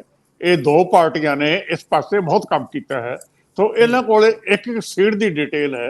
ਤੇ ਜਦੋਂ ਗੱਲਬਾਤ ਹੁੰਦੀ ਹੈ ਨਾ ਸਾਰੀ, ਹੁਣ ਅੱਜ ਦੇ ਜ਼ਮਾਨੇ ਦੇ ਵਿੱਚ ਉਹ ਸਾਰਾ ਡੇਟਾ ਸਾਹਮਣੇ ਆ ਜਾਂਦਾ ਹੈ ਵੀ ਕਿਹੜੀ ਸੀਟ ਤੇ ਕੀ ਸਿਚੁਏਸ਼ਨ ਹੈ। ਉਹਦੇ ਵਾਸਤੇ ਕਈ ਵਾਰੀ ਤੁਹਾਨੂੰ ਲੋਕਲ ਲੀਡਰਸ਼ਿਪ ਬਹੁਤੀ ਕੰਸਲਟ ਕਰਨ ਦੀ ਲੋੜ ਨਹੀਂ ਪੈਂਦੀ, ਕਿਉਂਕਿ ਡਿਟੇਲ ਤੁਹਾਨੂੰ ਹਰ ਪਾਰਟੀ ਕੋਲੇ ਆਲਮੋਸਟ ਜਿਹੜੀ ਬ੍ਰੌਡਲੀ ਹੈਗੀ ਉਹ ਪਈ ਹੈ। ਤੇ ਜਿਹੜੀ ਪਾਰਟੀਆਂ ਜ਼ਿਆਦਾ ਕੰਮ ਕਰਦੀਆਂ ਉਹ ਵੋਟਰ ਬਿਹੇਵੀਅਰ ਮਤਲਬ ਮਹੱਲੇ ਤੱਕ ਉਹ ਦੱਸ ਦਿੰਦੇ ਆ ਕਿ ਜਿਹੜਾ ਬੰਦਾ ਵੋਟ ਪਾਉਣ ਜਾ ਰਿਹਾ ਵੋਟ ਕਿਵੇਂ ਪਾਏਗਾ। ਅੱਜ ਕੱਲ੍ਹ ਇਸ ਤੱਕ ਕਿ ਸਾਰੇ ਐਨਾਲਿਸਿਸ ਆ ਗਈ ਹੈ, ਸੋ ਇੱਕ ਆਸਪੈਕਟ ਉਹਦਾ ਹੈਗਾ ਸਾਰੀ ਗੱਲ ਤੇ ਆ ਕੇ। ਤੇ ਮੈਂ ਸੁਖਬੀਰ ਬਾਦਲ ਵਾਲੀ ਇੱਕ ਸਿਰੇ ਲਾ ਜਿਹੜੀ ਬੀਬੀਆਂ ਵਾਲੀ ਗੱਲ ਹੈਗੀ ਹੈ, ਹੁਣ ਸੁਖਬੀਰ ਬਾਦਲ ਵੀ ਵਿਚਾਰੇ ਕਿਵੇਂ ਐਕਸ਼ਨ ਲੈਣ। ਜਦੋਂ ਪਿਛਲੀ ਕੋਰ ਕਮੇਟੀ ਦੀ ਮੀਟਿੰਗ ਸੀ ਉਸ ਤੋਂ ਪਹਿਲਾਂ ਜਿਹੜੇ ਬੀਬੀਆਂ ਤਾਂ ਹੈਗੀਆਂ ਵਿਚਾਰੀਆਂ, ਜਿਹੜੇ ਬੀਬੇ ਹੈਗੇ ਆ, ਇਹਨਾਂ ਨੇ ਕਈਆਂ ਨੇ ਬੀਬੀਆਂ ਨੂੰ ਕਨਵੇ ਕੀਤਾ ਸੀ ਕਿ ਅਸੀਂ ਕੋਰ ਕਮੇਟੀ 'ਚ ਇਹ ਤੁਹਾਡੇ ਵਾਲਾ ਇਸ਼ੂ ਫੋਰਸਫੁਲੀ ਟੇਕਅਪ ਕਰਾਂਗੇ। ਤੇ ਉਹ ਕੋਰ ਕਮੇਟੀ ਦੀ ਜਦੋਂ ਮੀਟਿੰਗ ਹੋਈ ਉਹਦੇ 'ਚ ਕੋਈ ਬੋਲਿਆ ਹੀ ਨਹੀਂ, ਸਿਰਫ ਇੱਕ ਲੀਡਰ ਨੇ ਫੈਗ ਐਂਡ ਤੇ ਜਾ ਕੇ ਮਾੜਾ ਜਿਹਾ ਜ਼ਿਕਰ ਕੀਤਾ। ਜਦੋਂ ਉਹਨੇ ਦੇਖਿਆ ਵੀ ਕੋਈ ਸਪੋਰਟ ਦੇ ਵਿੱਚ ਉਹਦੇ ਆਇਆ ਹੀ ਨਹੀਂ, ਉਹ ਵੀ ਚੁੱਪ ਕਰਕੇ ਬੈਠ ਗਿਆ ਫਿਰ। ਤੇ ਉਹ ਮੇਰੇ ਖਿਆਲ ਸੁਖਬੀਰ ਹੋਰਾਂ ਦੇ ਦਿਮਾਗ ਦੇ ਵਿੱਚ ਵੀ ਗੱਲ ਹੋਏਗੀ, ਇਹ ਮਸਲਾ ਵੀ ਭਾਈ ਠੰਡਾ ਹੋ ਗਿਆ, ਸੋ ਇਹਨੂੰ ਇਸ ਤਰ੍ਹਾਂ ਹੀ ਇੱਥੇ ਰਹਿਣ ਦਿਓ। ਲੇਕਿਨ ਚਲੋ ਹੁਣ ਦੇਖੋ ਕਿ ਦੁਬਾਰਾ ਬੀਬੀਆਂ ਐਕਟਿਵ ਹੁੰਦੀਆਂ, ਲੇਕਿਨ ਇਹ ਜਿਹੜੇ ਮੇਲ ਮੈਂਬਰਸ ਹੈਗੇ ਆ ਇਹਨਾਂ ਵੱਲੋਂ ਕੋਈ ਬਹੁਤੀ ਸਪੋਰਟ ਨਹੀਂ। ਉਹਦਾ ਕਾਰਨ ਮੈਂ ਤੁਹਾਨੂੰ ਸਿੰਪਲ ਦੀ ਗੱਲ ਦੱਸ ਦਿੰਦਾ, ਕਹਿੰਦਾ ਜਿਹੜੀ ਮੇਰੀ ਆਪਣੀ ਅੰਡਰਸਟੈਂਡਿੰਗ ਹੈ, ਕੱਲਾ ਸੁਖਬੀਰ ਹੀ ਜ਼ਿੰਮੇਦਾਰ ਨਹੀਂ ਹੈ ਜੋ ਕੁਝ ਪਿਛਲੇ 10 ਸਾਲ ਦੇ ਵਿੱਚ ਹੋਇਆ, 15 ਸਾਲ ਦੇ ਵਿੱਚ ਹੋਇਆ, ਇਹ ਸਾਰੇ ਹੀ ਉਹਦੇ ਹਿੱਸੇਦਾਰ ਹੈ। ਸੋ ਇਹਨਾਂ ਕਸੂਰਵਾਰ ਤਾਂ ਸਾਰੇ ਹੈ, ਤੇ ਉਹ ਸਾਰੀਆਂ ਗਲਤੀਆਂ ਦਾ ਭਾਂਡਾ ਜੇ ਕਹਿਣ ਵੀ ਅਸੀਂ ਸੁਖਬੀਰ ਦੇ ਸਿਰ ਭੰਨਦੇ ਹਾਂ, ਉਹ ਭਜਦਾ ਨਹੀਂ। ਮਸਲਨ ਮੈਂ 3 ਦਿਨ ਪਹਿਲਾਂ ਇੱਕ ਫਿਰ ਫੋਟੋ ਸਰਕੂਲੇਟ ਹੋ ਰਹੀ ਸੀਗੀ, ਮੁਹੰਮਦ ਇਜ਼ਹਾਰ ਆਲਮ, ਉਹਨੂੰ ਬਾਦਲ ਸਾਹਿਬ ਨੇ ਜੁਆਇਨ ਕਰਾਇਆ ਸੀ, ਤੇ ਨਾਲ ਕੌਣ ਸੀ ਉਸ ਵੇਲੇ? ਸੁਖਦੇਵ ਸਿੰਘ ਢੀਂਡਸਾ ਸੀਗੇ।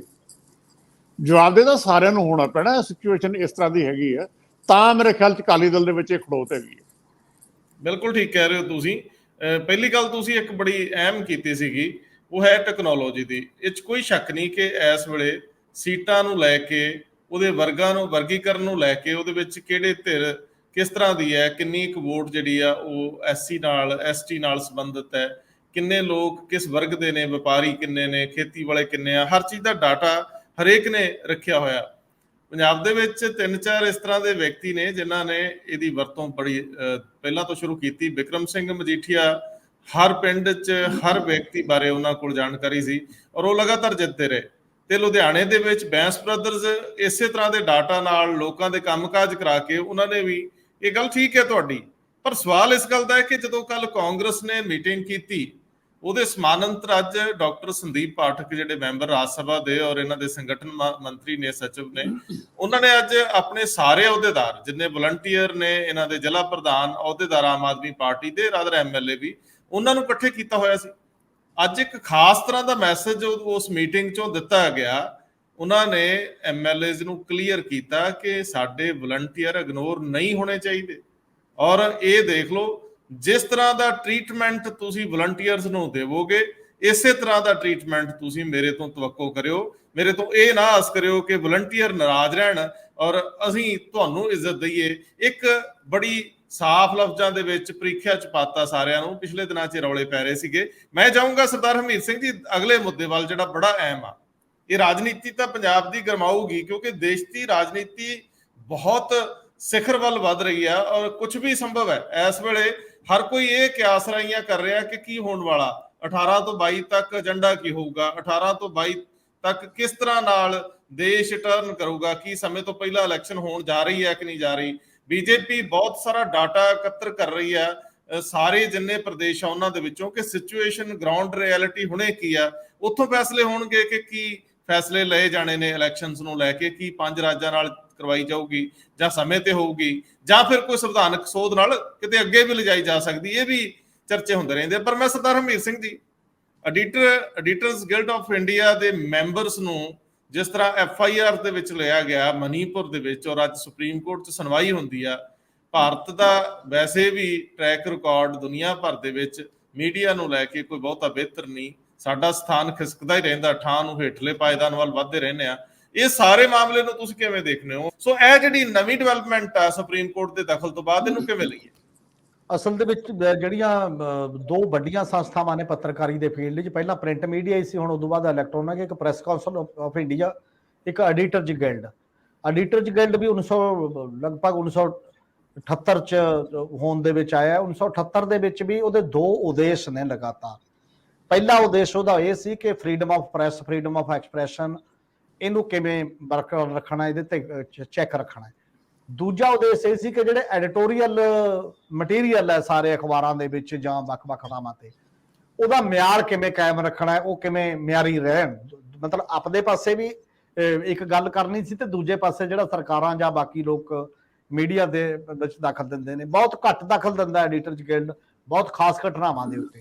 ਗੁਜਰਾਤ ਦੇ ਉੱਤੇ ਵੀ ਇਹਨਾਂ ਨੇ ਰਿਪੋਰਟ ਕੀਤੀ ਸੀ ਜਾ ਕੇ, ਜਿਹੜਾ ਗੋਧਰਾ ਕਾਂਡ ਸੀ, ਸਾਰਾ ਵੱਡੀ ਰਿਪੋਰਟ ਸੀ ਉਸ ਲੈਵਲ ਦੇ ਉੱਤੇ। ਹੁਣ 7 ਤੋਂ 10 ਅਗਸਤ ਤੱਕ 4 ਦਿਨ ਇਹਨਾਂ ਦੇ ਵੱਡੇ ਐਡੀਟਰ, ਪ੍ਰੈਜ਼ੀਡੈਂਟ ਅੱਜ ਕੱਲ ਐਡੀਟਰਜ਼ ਗਿਲਡ ਦੀ 2020 ਤੋਂ ਲੈ ਕੇ ਸੀਮਾ ਮੁਸਤਫਾ, ਵੱਡੀ ਸੀਨੀਅਰ ਜਰਨਲਿਸਟ ਹੈ, ਡਿਫਰੈਂਟ ਅਖਬਾਰਾਂ ਦੇ ਵਿੱਚ, Times of India, India today, Indian express, different type ਦੇ ਉਹਨਾਂ 'ਚ ਰਹੇ ਤੇ ਟੀਵੀ ਚੈਨਲਾਂ ਦੇ ਵਿੱਚ ਵੀ ਲਗਾਤਾਰ ਕਾਲਮਨਿਸਟ ਵੀ ਔਰ ਸਾਰੇ ਕਿਤੇ ਮਤਲਬ ਟੀਵੀ ਬਹਿਸਾਂ ਦੇ ਵਿੱਚ ਵੀ ਨਾਰਮਲੀ ਦੇਖਦੇ ਸੀ ਔਰ ਉਹਦੀ ਅਗਵਾਈ 'ਚ ਸੀਗਾ ਇਹ ਵੱਡੇ ਪੱਤਰਕਾਰ ਭਾਰਤ ਭੂਸ਼ਣ, ਬੜਾ ਸੀਨੀਅਰ ਜਰਨਲਿਸਟ ਨੇ ਉਸ ਮਾਮਲੇ ਦੇ ਵਿੱਚ। ਇੱਕ ਜਿਹੜੇ ਉਹਨਾਂ ਦੇ ਨਾਲ ਸੰਜੇ ਕਪੂਰ, ਜਿਹੜੇ ਆਊਟਲੁੱਕ ਦੇ ਵਿੱਚ ਲਿਖਦੇ ਨੇ ਅੱਜ ਕੱਲ ਵੀ, ਵੱਡੇ ਉਹਨਾਂ ਦੇ ਜਰਨਲਿਸਟ ਨੇ ਉਸ ਪੱਧਰ ਦੇ ਉੱਤੇ, ਔਰ ਸੀਮਾ ਗੁਹਾ। ਇਹ 4 ਜਣਿਆਂ ਨੇ ਰਹਿ ਕੇ ਉੱਥੇ 4 ਦਿਨ ਮਤਲਬ ਜਾ ਕੇ ਸਟੱਡੀ ਕੀਤੀ, ਉਹਦੀ ਇੱਕ ਰਿਪੋਰਟ ਤਿਆਰ ਕੀਤੀ। ਐਡੀਟਰਜ਼ ਗਿਲਡ ਦਾ ਇਹ ਕਹਿਣਾ ਹੈ ਕਿ ਉਹਨਾਂ ਕੋਲ ਮਿਲਟਰੀ ਦੀ ਤਰਫੋਂ ਇੱਕ ਲੈਟਰ ਆਇਆ ਅਫੀਸ਼ੀਅਲੀ ਕਿ ਇੱਥੇ ਮੀਡੀਆ ਦਾ ਰੋਲ ਸਹੀ ਨਹੀਂ ਹੈ, ਜਿਹੜਾ ਵਾਪਰ ਰਿਹਾ ਸਾਰਾ ਕੁਝ। ਤੇ ਉਦੋਂ ਬਾਅਦ ਇਹਨਾਂ ਨੇ ਟੀਮ ਭੇਜੀ ਹੈ ਮਿਲਟਰੀ ਦੇ, ਅਫੀਸ਼ੀਅਲ ਇੱਕ ਐਪਲੀਕੇਸ਼ਨ ਜਾਂਦੀ ਹੈ ਉਹਨਾਂ ਕੋਲ ਅਪੀਲ ਦੇ ਤੌਰ ਦੇ ਉੱਤੇ, ਔਰ ਜਾ ਕੇ ਜਿਹੜੀ ਰਿਪੋਰਟ ਉਹਨਾਂ ਨੇ ਨਸ਼ਰ ਕੀਤੀ ਹੈ 2 ਸਤੰਬਰ ਨੂੰ, ਉਹਨਾਂ ਦੀ ਰਿਪੋਰਟ ਉਹਨਾਂ ਨੇ ਪੂਰੀ ਡਿਟੇਲ ਲਿਖ ਕੇ ਨਸ਼ਰ ਕਰਤੀ ਹੈ ਓਵਰਆਲ। ਔਰ ਰਿਪੋਰਟ ਦੇ ਵਿੱਚ ਉਹਨਾਂ ਨੇ ਕਲੀਅਰ ਕੱਟ ਕਿਹਾ ਕਿ ਮੀਡੀਆ ਕਿਵੇਂ ਵੰਡਿਆ ਗਿਆ। ਜਿਹੜਾ ਇੰਫਾਲ ਦਾ ਮੀਡੀਆ, ਰਾਜਧਾਨੀ ਦਾ, ਉਹ ਟੋਟਲ ਜਿਵੇਂ ਪੂਰੀ ਤਰ੍ਹਾਂ ਸਰਕਾਰ ਨਾਲ ਖੜ ਕੇ ਮੁਤੱਈ ਭਾਈਚਾਰੇ ਦੇ ਪੱਖ ਦੇ ਵਿੱਚ ਖੜਾ ਹੈ, ਕੁਕੀਜ਼ ਦੇ ਖਿਲਾਫ ਖੜਾ, ਟੋਟਲ ਕਵਰੇਜ, ਚਾਹੇ ਉਹ ਟੀਵੀ ਚਾਹੇ ਉਹ ਅਖਬਾਰ, ਜਿਵੇਂ ਇੱਕ ਪਾਸੇ ਤੁਸੀਂ ਧੜਾ ਬਣ ਕੇ ਲੜਾਈ ਲੜ ਰਹੇ ਹੁੰਦੇ ਹੋ।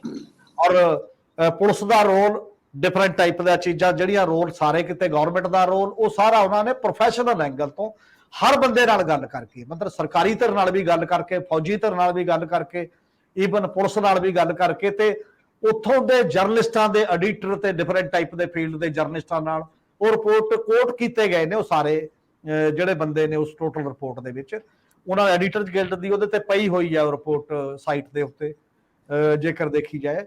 ਪਰ ਉਸ ਤੋਂ ਬਾਅਦ ਜਦੋਂ ਸਾਹਮਣੇ ਆਈ ਚੀਜ਼ ਤਾਂ 2 FIR ਦਰਜ ਕਰਤੀਆਂ ਇਹਨਾਂ 4 ਐਡੀਟਰਸ ਤੇ। 2 FIR ਦੇ ਵਿੱਚ ਕੀ ਕਿਹਾ ਗਿਆ ਕਿ ਤੁਸੀਂ ਗਰੁੱਪਾਂ ਦੇ ਵਿੱਚ ਦੁਸ਼ਮਣੀ ਭੜਕਾਉਣ ਦੀ ਕੋਸ਼ਿਸ਼ ਕੀਤੀ ਹੈ, ਸਟੇਟ ਦੇ ਵਿੱਚ ਅਨਰੈਸਟ ਪੈਦਾ ਕਰਨ ਦੀ ਕੋਸ਼ਿਸ਼ ਕੀਤੀ ਹੈ, ਤੇ ਉਹ ਸਾਰਾ ਕੁਝ ਸਭ ਦੇ ਸਾਹਮਣੇ ਆਇਆ ਕੱਲ ਜਦੋਂ ਉਸ ਤੋਂ ਬਾਅਦ। ਤੇ ਅੱਜ ਇਮੀਡੀਏਟਲੀ ਫਿਰ ਸੁਪਰੀਮ ਕੋਰਟ ਦੇ ਵਿੱਚ ਇਹ ਕੇਸ ਗਿਆ ਜ਼ੁਬਾਨੀ ਤੌਰ ਤੇ, ਜਦੋਂ ਇੱਕ ਸੀਨੀਅਰ ਵਕੀਲ ਨੇ ਜਾ ਕੇ ਚੀਫ ਜਸਟਿਸ ਦੇ ਸਾਹਮਣੇ ਇਹ ਗੱਲ ਰੱਖੀ ਕਿ ਇਹ ਮਾਮਲਾ ਅਰਜੈਂਟ ਹੀਅਰਿੰਗ ਵਾਲਾ ਹੈ। ਹਾਲਾਂਕਿ ਪਹਿਲਾਂ ਚੀਫ ਜਸਟਿਸ DY ਚੰਦਰਚੂੜ ਨੇ ਇਹ ਵੀ ਕਿਹਾ ਵੀ ਉੱਥੇ ਹਾਈ ਕੋਰਟ ਜਾਣਾ ਚਾਹੀਦਾ ਸੀ, ਪਰ ਉਹਨਾਂ ਨੇ ਲੌਜਿਕ ਦਿੱਤੇ ਕਿ ਆਹ ਮਾਮਲਾ, ਆਹ ਚੀਜ਼ ਰਿਪੋਰਟ ਹੈ ਵੀ ਜਿਹੜਾ ਬਹੁਤ ਸਰਕਾਰ ਤੇਜ਼ੀ ਨਾਲ ਹੋ ਸਕਦਾ ਹੈ, ਅਰੈਸਟ ਵੀ ਹੋ ਜਾਣ ਬੰਦੇ, ਬਾਕੀ ਚੀਜ਼ਾਂ ਹੋ ਜਾਣ, ਅਰਜੈਂਟ ਮਾਮਲਾ ਹੈ। ਤਾਂ ਕੋਰਟ ਨੇ ਕਿਹਾ ਵੀ ਠੀਕ ਹੈ, ਲਿਖਤੀ ਪੇਸ਼ ਕਰ ਦੋ, ਹੁਣੇ ਸੁਣਦੇ ਆ। ਤੇ ਉਦੋਂ ਹੀ ਸੁਣਿਆ 3 ਜੱਜਾਂ ਦੇ ਬੈਂਚ ਨੇ, ਜਿਹਦੇ ਚ ਚੀਫ ਜਸਟਿਸ ਨੇ ਤੇ 2 ਹੋਰ ਜੱਜ ਨੇ। ਤਿੰਨਾਂ ਨੇ ਇਮੀਡੀਏਟਲੀ ਉਹਨਾਂ ਦੀ ਕਿਸੇ ਵੀ, ਉਹ ਦੋਨੇ FIR ਤੇ ਅਗਲੀ ਕਿਸੇ ਵੀ ਕਾਰਵਾਈ ਤੇ ਰੋਕ ਲਾਤੀ ਹੈ, ਅਰੈਸਟ ਤੇ ਵੀ ਰੋਕ ਲਾਤੀ ਹੈ। ਔਰ ਦੂਜੀ ਗੱਲ ਜਿਹੜੀ 11 ਸਤੰਬਰ ਪਾਈ ਹੈ, ਉੱਥੇ ਸਟੇਟ ਪੁਲਿਸ ਨੂੰ ਵੀ ਉਹਨਾਂ ਨੇ ਨੋਟਿਸ ਕੀਤਾ ਤੇ ਬਾਕੀ ਗਵਰਨਮੈਂਟ ਨੂੰ ਵੀ, ਜੋ ਵੀ ਬਾਕੀ ਚੀਜ਼ਾਂ ਕਰਨੀਆਂ ਨੇ। ਇਹਦੇ ਚ ਫੰਡਾਮੈਂਟਲੀ 2 ਚੀਜ਼ਾਂ ਉਹਨਾਂ ਨੇ ਆਪਣੀ ਪਟੀਸ਼ਨ 'ਚ ਲਿਖੀਆਂ ਸੁਪਰੀਮ ਕੋਰਟ ਨੂੰ। ਇੱਕ ਮਾਮਲਾ ਫਰੀडम ਆਫ ਐਕਸਪ੍ਰੈਸ਼ਨ ਦਾ, ਦੂਜਾ ਇੰਡੀਵਿਜੂਅਲ ਫਰੀडम ਦਾ, ਕਿ ਕੋਈ ਬੰਦਾ ਜਾ ਕੇ ਕਿਤੇ ਜੇਕਰ ਕੋਈ ਗੱਲ ਕਰ ਸਕਦਾ। ਕੀ ਇਸ ਦੇਸ਼ ਦੇ ਵਿੱਚ, ਇਸ ਕਨਸਟੀਟਿਊਸ਼ਨ ਦੇ ਵਿੱਚ ਜਿਹੜਾ ਜਰਨਲਿਸਟਿਕ ਐਥਿਕਸ ਨੇ ਉਹਨਾਂ ਦੇ ਨਾਲ ਮਤਲਬ ਮੇਲ ਕੇ ਵੀ ਕੋਈ ਰਿਪੋਰਟ ਨਹੀਂ ਲਿਖੀ ਜਾ ਸਕਦੀ? ਜੇ ਇੱਕ ਜਗ੍ਹਾ ਬੈਸਟ ਮੀਡੀਆ ਟੋਟਲ ਜਿਹੜਾ ਉਹਨਾਂ ਨੇ ਰਿਪੋਰਟ 'ਚ ਲਿਖਿਆ ਸੀਗਾ ਸਾਰਾ ਕੁਝ, ਤੇ ਬਾਕੀ ਜਿਹੜਾ ਇੱਕ ਵਾਚਡੌਗ ਦੇ ਤੌਰ ਤੇ ਇੱਕ ਬਣੀ ਹੋਈ ਸੰਸਥਾ ਹੈ, ਉਹ ਇਹ ਕੰਮ ਨਹੀਂ ਕਰ ਸਕਦੀ ਇਸ ਮਾਮਲੇ ਦੇ ਵਿੱਚ, ਔਰ ਤਾਂ ਕੱਲ ਨੂੰ ਸਧਾਰਨ ਜਰਨਲਿਸਟ ਕਿਵੇਂ ਕਰ ਸਕਦਾ ਫਿਰ ਉਹ ਜਿਹੇ ਮਾਹੌਲ 'ਚ ਇੰਡੀਪੈਂਡੈਂਟ ਪੱਤਰਕਾਰੀ? ਇਹ ਸਾਰੇ ਲੌਜਿਕ ਸੀਗੇ ਜਿਹੜੇ ਇੱਕ ਸੁਪਰੀਮ ਕੋਰਟ 'ਚ ਡਿਸਕਸ ਹੋਣ ਤੋਂ ਬਾਅਦ ਇਹ ਫੈਸਲਾ ਸਭ ਦੇ ਸਾਹਮਣੇ ਆਇਆ ਹੈ ਇਸ ਮਾਮਲੇ ਦੇ ਵਿੱਚ। ਔਰ ਇਹ ਮੈਨੂੰ ਲੱਗਦਾ ਕਿ ਇੱਕ ਵੈਲਕਮ ਸਟੈਪ ਹੈ। ਉਹ ਤਾਂ ਵੱਡੇ ਐਡੀਟਰ ਨੇ, ਨਾਮੀ ਨੇ, ਜੱਜ ਵੀ ਜਾਣਦੇ ਨੇ, ਸਾਰਾ ਕੁਝ ਹੈ, ਤੇ ਸਾਰੇ ਕਿਤੇ ਇਹੋ ਜਿਹਾ ਚਲਾ ਗਿਆ। ਪਰ ਬਹੁਤ ਵਿੱਚੇ ਅਜਿਹਾ ਕੱਲ ਹੀ ਲੰਘ ਕੇ ਗਿਆ ਗੌਰੀ ਕੇਸ ਦਾ, ਜਿਹੜਾ ਕੱਲ ਦੇ ਦਿਨ ਹੀ ਸੀਗਾ, ਮਾਰ ਹੀ ਦਿੱਤੀ ਸੀ ਬਾਹਰ ਆ ਕੇ, ਜਿਹੜੇ ਬੰਦੇ ਸੀ ਚੱਕ ਕੇ ਮਾਰਤੀ। ਹੋਰ ਕਿੰਨੇ ਹੀ ਜਰਨਲਿਸਟ ਉਸ ਲੈਵਲ ਤੇ ਉਹ ਗੱਲ ਹੁੰਦੀ ਹੈ। ਔਰ ਇਸੇ ਕਰਕੇ ਜਿਹੜੇ ਰਿਪੋਰਟਰਜ਼ ਵਿਦਆਊਟ ਬਾਰਡਰ ਦਾ ਇੱਕ ਰਿਪੋਰਟ ਆਉਂਦੀ ਆ 2023 ਦੀ, ਜਿਹੜੀ ਰਿਪੋਰਟ ਆਈ ਆ ਸਾਡੇ ਸਾਹਮਣੇ, ਉਹਦੇ 'ਚ ਇਹਨਾਂ ਸਾਰੀਆਂ ਗੱਲਾਂ ਕਰਕੇ, ਪ੍ਰੈਸ ਫਰੀडम ਦੇ ਮੁੱਦੇ ਦੇ ਉੱਤੇ ਲੈ ਕੇ, ਪੱਤਰਕਾਰਾਂ ਦੀ ਜਿਹੜੀ ਸੁਰੱਖਿਆ ਨੂੰ ਲੈ ਕੇ, ਉਹ ਸਾਰੇ ਮਾਮਲੇ 'ਚ ਅਸੀਂ 11 ਪੁਆਇੰਟ ਹੋਰ ਨੀਚੇ ਖਿਸਕ ਗਏ ਹਾਂ। ਭਾਰਤ 180 ਕੰਟਰੀ 'ਚੋਂ 161ਵੇਂ ਨੰਬਰ ਤੇ ਚਲਾ ਗਿਆ, ਜਿਹੜੀ ਇਹ ਤਾਜ਼ਾ ਰਿਪੋਰਟ ਜਿਹੜੀ ਆਈ ਹੈ ਉਸ ਸਾਰੇ ਰਿਪੋਰਟਿੰਗ ਦੇ ਮਾਮਲੇ ਦੇ ਵਿੱਚ। ਇਸ ਕਰਕੇ ਇੱਕ ਪਾਸੇ ਅਸੀਂ ਕਹਿ ਰਹੇ ਹਾਂ ਦੁਨੀਆ 'ਚ ਸਾਡਾ ਇਮੇਜ ਸੁਧਰ ਰਿਹਾ ਹੈ, ਦੂਜੇ ਪਾਸੇ ਉਹ ਵੱਡੀਆਂ ਸੰਸਥਾਵਾਂ ਜਿਹੜੀਆਂ ਦੁਨੀਆ ਨੂੰ ਡੀਲ ਕਰਦੀਆਂ ਨੇ ਉਸ ਮਾਮਲੇ, ਤੁਸੀਂ ਇਹ ਕਹਿ ਕੇ ਨਹੀਂ ਚਲਾ ਸਕਦੇ ਸਾਰੇ ਜਲਣ ਲੱਗੇ ਸਾਡੇ ਤੋਂ, ਇਹ ਰਿਪੋਰਟ ਹੀ ਗਲਤ ਹੈ। ਫਿਰ ਬਾਕੀ ਦੇਸ਼ਾਂ ਦੀਆਂ ਵੀ ਤਾਂ ਰਿਪੋਰਟਾਂ ਨੇ ਸਾਰੀਆਂ, ਸਾਰੇ ਜੇ ਹੁਣ ਤੱਕ ਤਾਂ ਅਸੀਂ ਮੰਨਦੇ ਆ ਰਹੇ ਸੀਗੇ, ਹੁਣ ਇਹ ਕੋਈ ਸਾਡੇ ਖਿਲਾਫ ਹੋ ਗਈਆਂ ਸਾਰੀਆਂ ਉਹ ਚੀਜ਼ਾਂ, ਉਹ ਸਾਰੀਆਂ ਚੀਜ਼ਾਂ ਲਗਾਤਾਰਤਾ ਦੇ ਵਿੱਚੋਂ ਆ ਰਹੀਆਂ ਨੇ। ਤੇ ਇੱਧਰ ਮੇਰਾ ਖਿਆਲ ਹੈ ਚਿੰਤਤ ਹੋਣਾ ਚਾਹੀਦਾ ਹੈ ਗਵਰਨਮੈਂਟਾਂ ਨੂੰ ਵੀ ਤੇ ਬਾਕੀ ਮਾਮਲਿਆਂ 'ਚ। ਔਰ ਉਹਨਾਂ ਦਾ ਕਹਿਣਾ ਕਿ ਰੁਝਾਨ ਜਿਹੜਾ ਹੈ ਇੱਥੇ ਫਰੀਲੀ ਕੰਮ ਕਰਨ ਦਾ ਰੁਝਾਨ ਲਗਾਤਾਰ ਘਟ ਰਿਹਾ ਹੈ। ਇੱਕ ਲਾਈਨ ਲਿਖੀ ਗਈ ਹੈ ਉਸ ਰਿਪੋਰਟ ਦੇ ਵਿੱਚ, ਉਹ ਕਹਿੰਦਾ ਇੰਡੀਅਨ ਮੀਡੀਆ ਜਿਹੜਾ ਪ੍ਰਾਈਮ ਮਿਨਿਸਟਰ ਮੋਦੀ ਦੇ ਨੇੜੇ ਹੈ, ਉਹ ਕੁਲੀਨ ਵਰਗ ਨੇ ਹਥਿਆ ਲਿਆ, ਤੇ ਕੁਲੀਨ ਵਰਗ ਦੇ ਹਥਿਆਉਣ ਦੇ ਚੱਕਰ 'ਚ ਜਿਹੜਾ ਬਾਲਵਾਦ ਦਾ ਨੂੰ ਨੁਕਸਾਨ ਜਿਸ ਲੈਵਲ ਦਾ ਪਹੁੰਚ ਰਿਹਾ ਹੈ, ਇਹ ਬੇਹੱਦ ਨਾਜ਼ੁਕ ਹੈ ਔਰ ਬਹੁਤ ਖਤਰਨਾਕ ਹੱਦ ਤੱਕ ਅੱਗੇ ਵਧ ਰਿਹਾ ਹੈ। ਜਿਹੜੀ ਪਲੂਰਲਿਟੀ ਹੈ ਜਿਹੜੀ ਕੰਟਰੀ ਦੀ, ਉਹਦੇ ਤੇ ਸੱਟ ਮਾਰ ਰਿਹਾ। ਇਹ ਲਾਈਨ ਉਸ ਰਿਪੋਰਟ ਦੇ ਵਿੱਚ ਮਤਲਬ ਦਰਜ ਕੀਤੀ ਗਈ ਹੈ ਇਸ ਤਰੀਕੇ ਦੇ ਨਾਲ ਤੁਹਾਨੂੰ। ਔਰ ਜਦੋਂ ਪ੍ਰਾਈਮ ਮਿਨਿਸਟਰ ਗਏ ਸੀ ਉਦੋਂ ਵੀ ਦੇਖਿਆ ਓਬਾਮਾ ਦਾ ਬਿਆਨ ਕੀ ਆਇਆ ਸੀ, ਜਦੋਂ ਬਾਈਡਨ ਨੂੰ ਮਿਲਣ ਵੀ ਗਏ ਸੀ। ਡਿਫਰੈਂਟ ਟਾਈਪ ਦੇ ਕੰਟਰੀ 'ਚ ਲੋਕ ਉਹ ਤਾਂ ਸਵਾਲ ਉਠਾ ਹੀ ਰਹੇ ਨੇ, ਜਿਹੜੇ ਲੋਕ ਡੈਮੋਕ੍ਰੇਸੀ ਦੇ ਮਾਮਲੇ 'ਤੇ ਸਵਾਲ ਉਠਾਉਂਦੇ ਨੇ। ਇਸ ਕਰਕੇ ਇਹਨਾਂ ਮੁੱਦਿਆਂ ਤੇ ਸਾਨੂੰ ਵੀ ਇਕੱਲੇ ਮਟੀਰੀਅਲ ਡਿਵੈਲਪਮੈਂਟ ਦਾ ਮਤਲਬ ਨਹੀਂ ਹੁੰਦਾ, ਤੁਹਾਡੀ ਓਵਰਆਲ ਜਿਹੜੀ ਸੁਰੱਖਿਆ ਦੇ ਕੁਐਸਚਨ ਨੇ ਸਭ ਤੋਂ ਮੇਜਰ ਇਸ਼ੂ ਮੰਨੇ ਜਾਂਦੇ ਨੇ ਪੂਰੀ ਦੁਨੀਆ 'ਚ। ਤੇ ਸਾਡੇ ਵੀ ਲਾ ਐਂਡ ਆਰਡਰ ਨੂੰ ਅਸੀਂ ਕਿਉਂ ਸਭ ਤੋਂ ਪ੍ਰਾਈਮ ਦਿੰਦੇ ਆ, ਕਿਉਂਕਿ ਉੱਥੇ ਲੋਕਾਂ ਦੀ ਜਾਨ ਮਾਲ ਦੀ ਸੁਰੱਖਿਆ ਦਾ ਕੁਐਸਚਨ ਹੁੰਦਾ। ਤੇ ਇਸੇ ਤਰੀਕੇ ਨਾਲ ਇਹ ਵੀ ਫਰੀडम ਆਫ ਐਕਸਪ੍ਰੈਸ਼ਨ ਤੇ ਬਾਕੀ ਵੀ ਐਵੇਂ ਹੀ ਨੇ ਜੀ।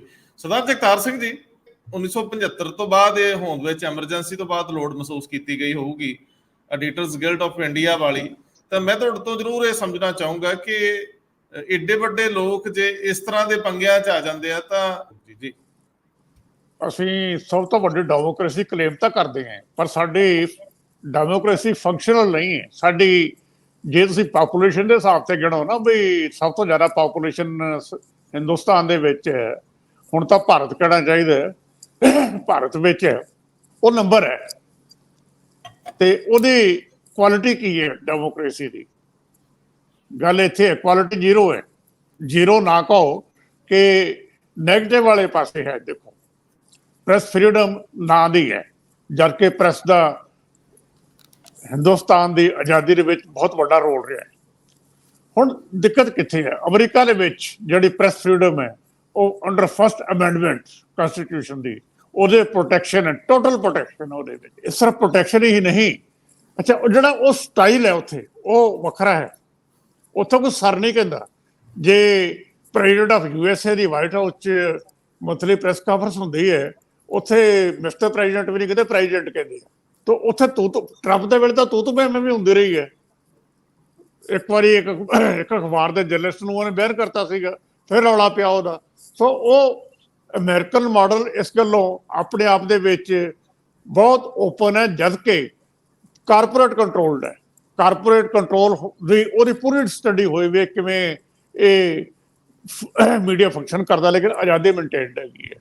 ਸਾਡੇ ਆਜ਼ਾਦੀ ਤੇ ਕੁਐਸਚਨ ਮਾਰਕ ਹੈ ਪ੍ਰੈਸ ਦੀ। ਤੇ ਅਸੀਂ ਕਹਿ ਤਾਂ ਦਿੰਦੇ ਹਾਂ ਕਿ ਅਸੀਂ ਆਜ਼ਾਦ ਹਾਂ, ਲੇਕਿਨ ਜੇ ਇੱਕ ਟੀਮ ਹਾਥਰਸ ਵਿੱਚ ਇੱਕ ਰੇਪ ਵਿਕਟਿਮ ਨੂੰ ਕਵਰ ਕਰਨ ਜਾ ਰਹੀ ਹੈ, ਯੂਪੀ ਪੁਲਿਸ ਫੜ ਕੇ ਉਹਨੂੰ ਅੰਦਰ ਕਰ ਦਿੰਦੀ ਹੈ, ਬੰਦਾ 2 ਸਾਲ ਅੰਦਰ ਰਹਿੰਦਾ। ਸੋ ਇਹ ਸਿਚੁਏਸ਼ਨ ਸਾਡੇ ਮੀਡੀਆ ਦੀ ਹੈਗੀ ਹੈ।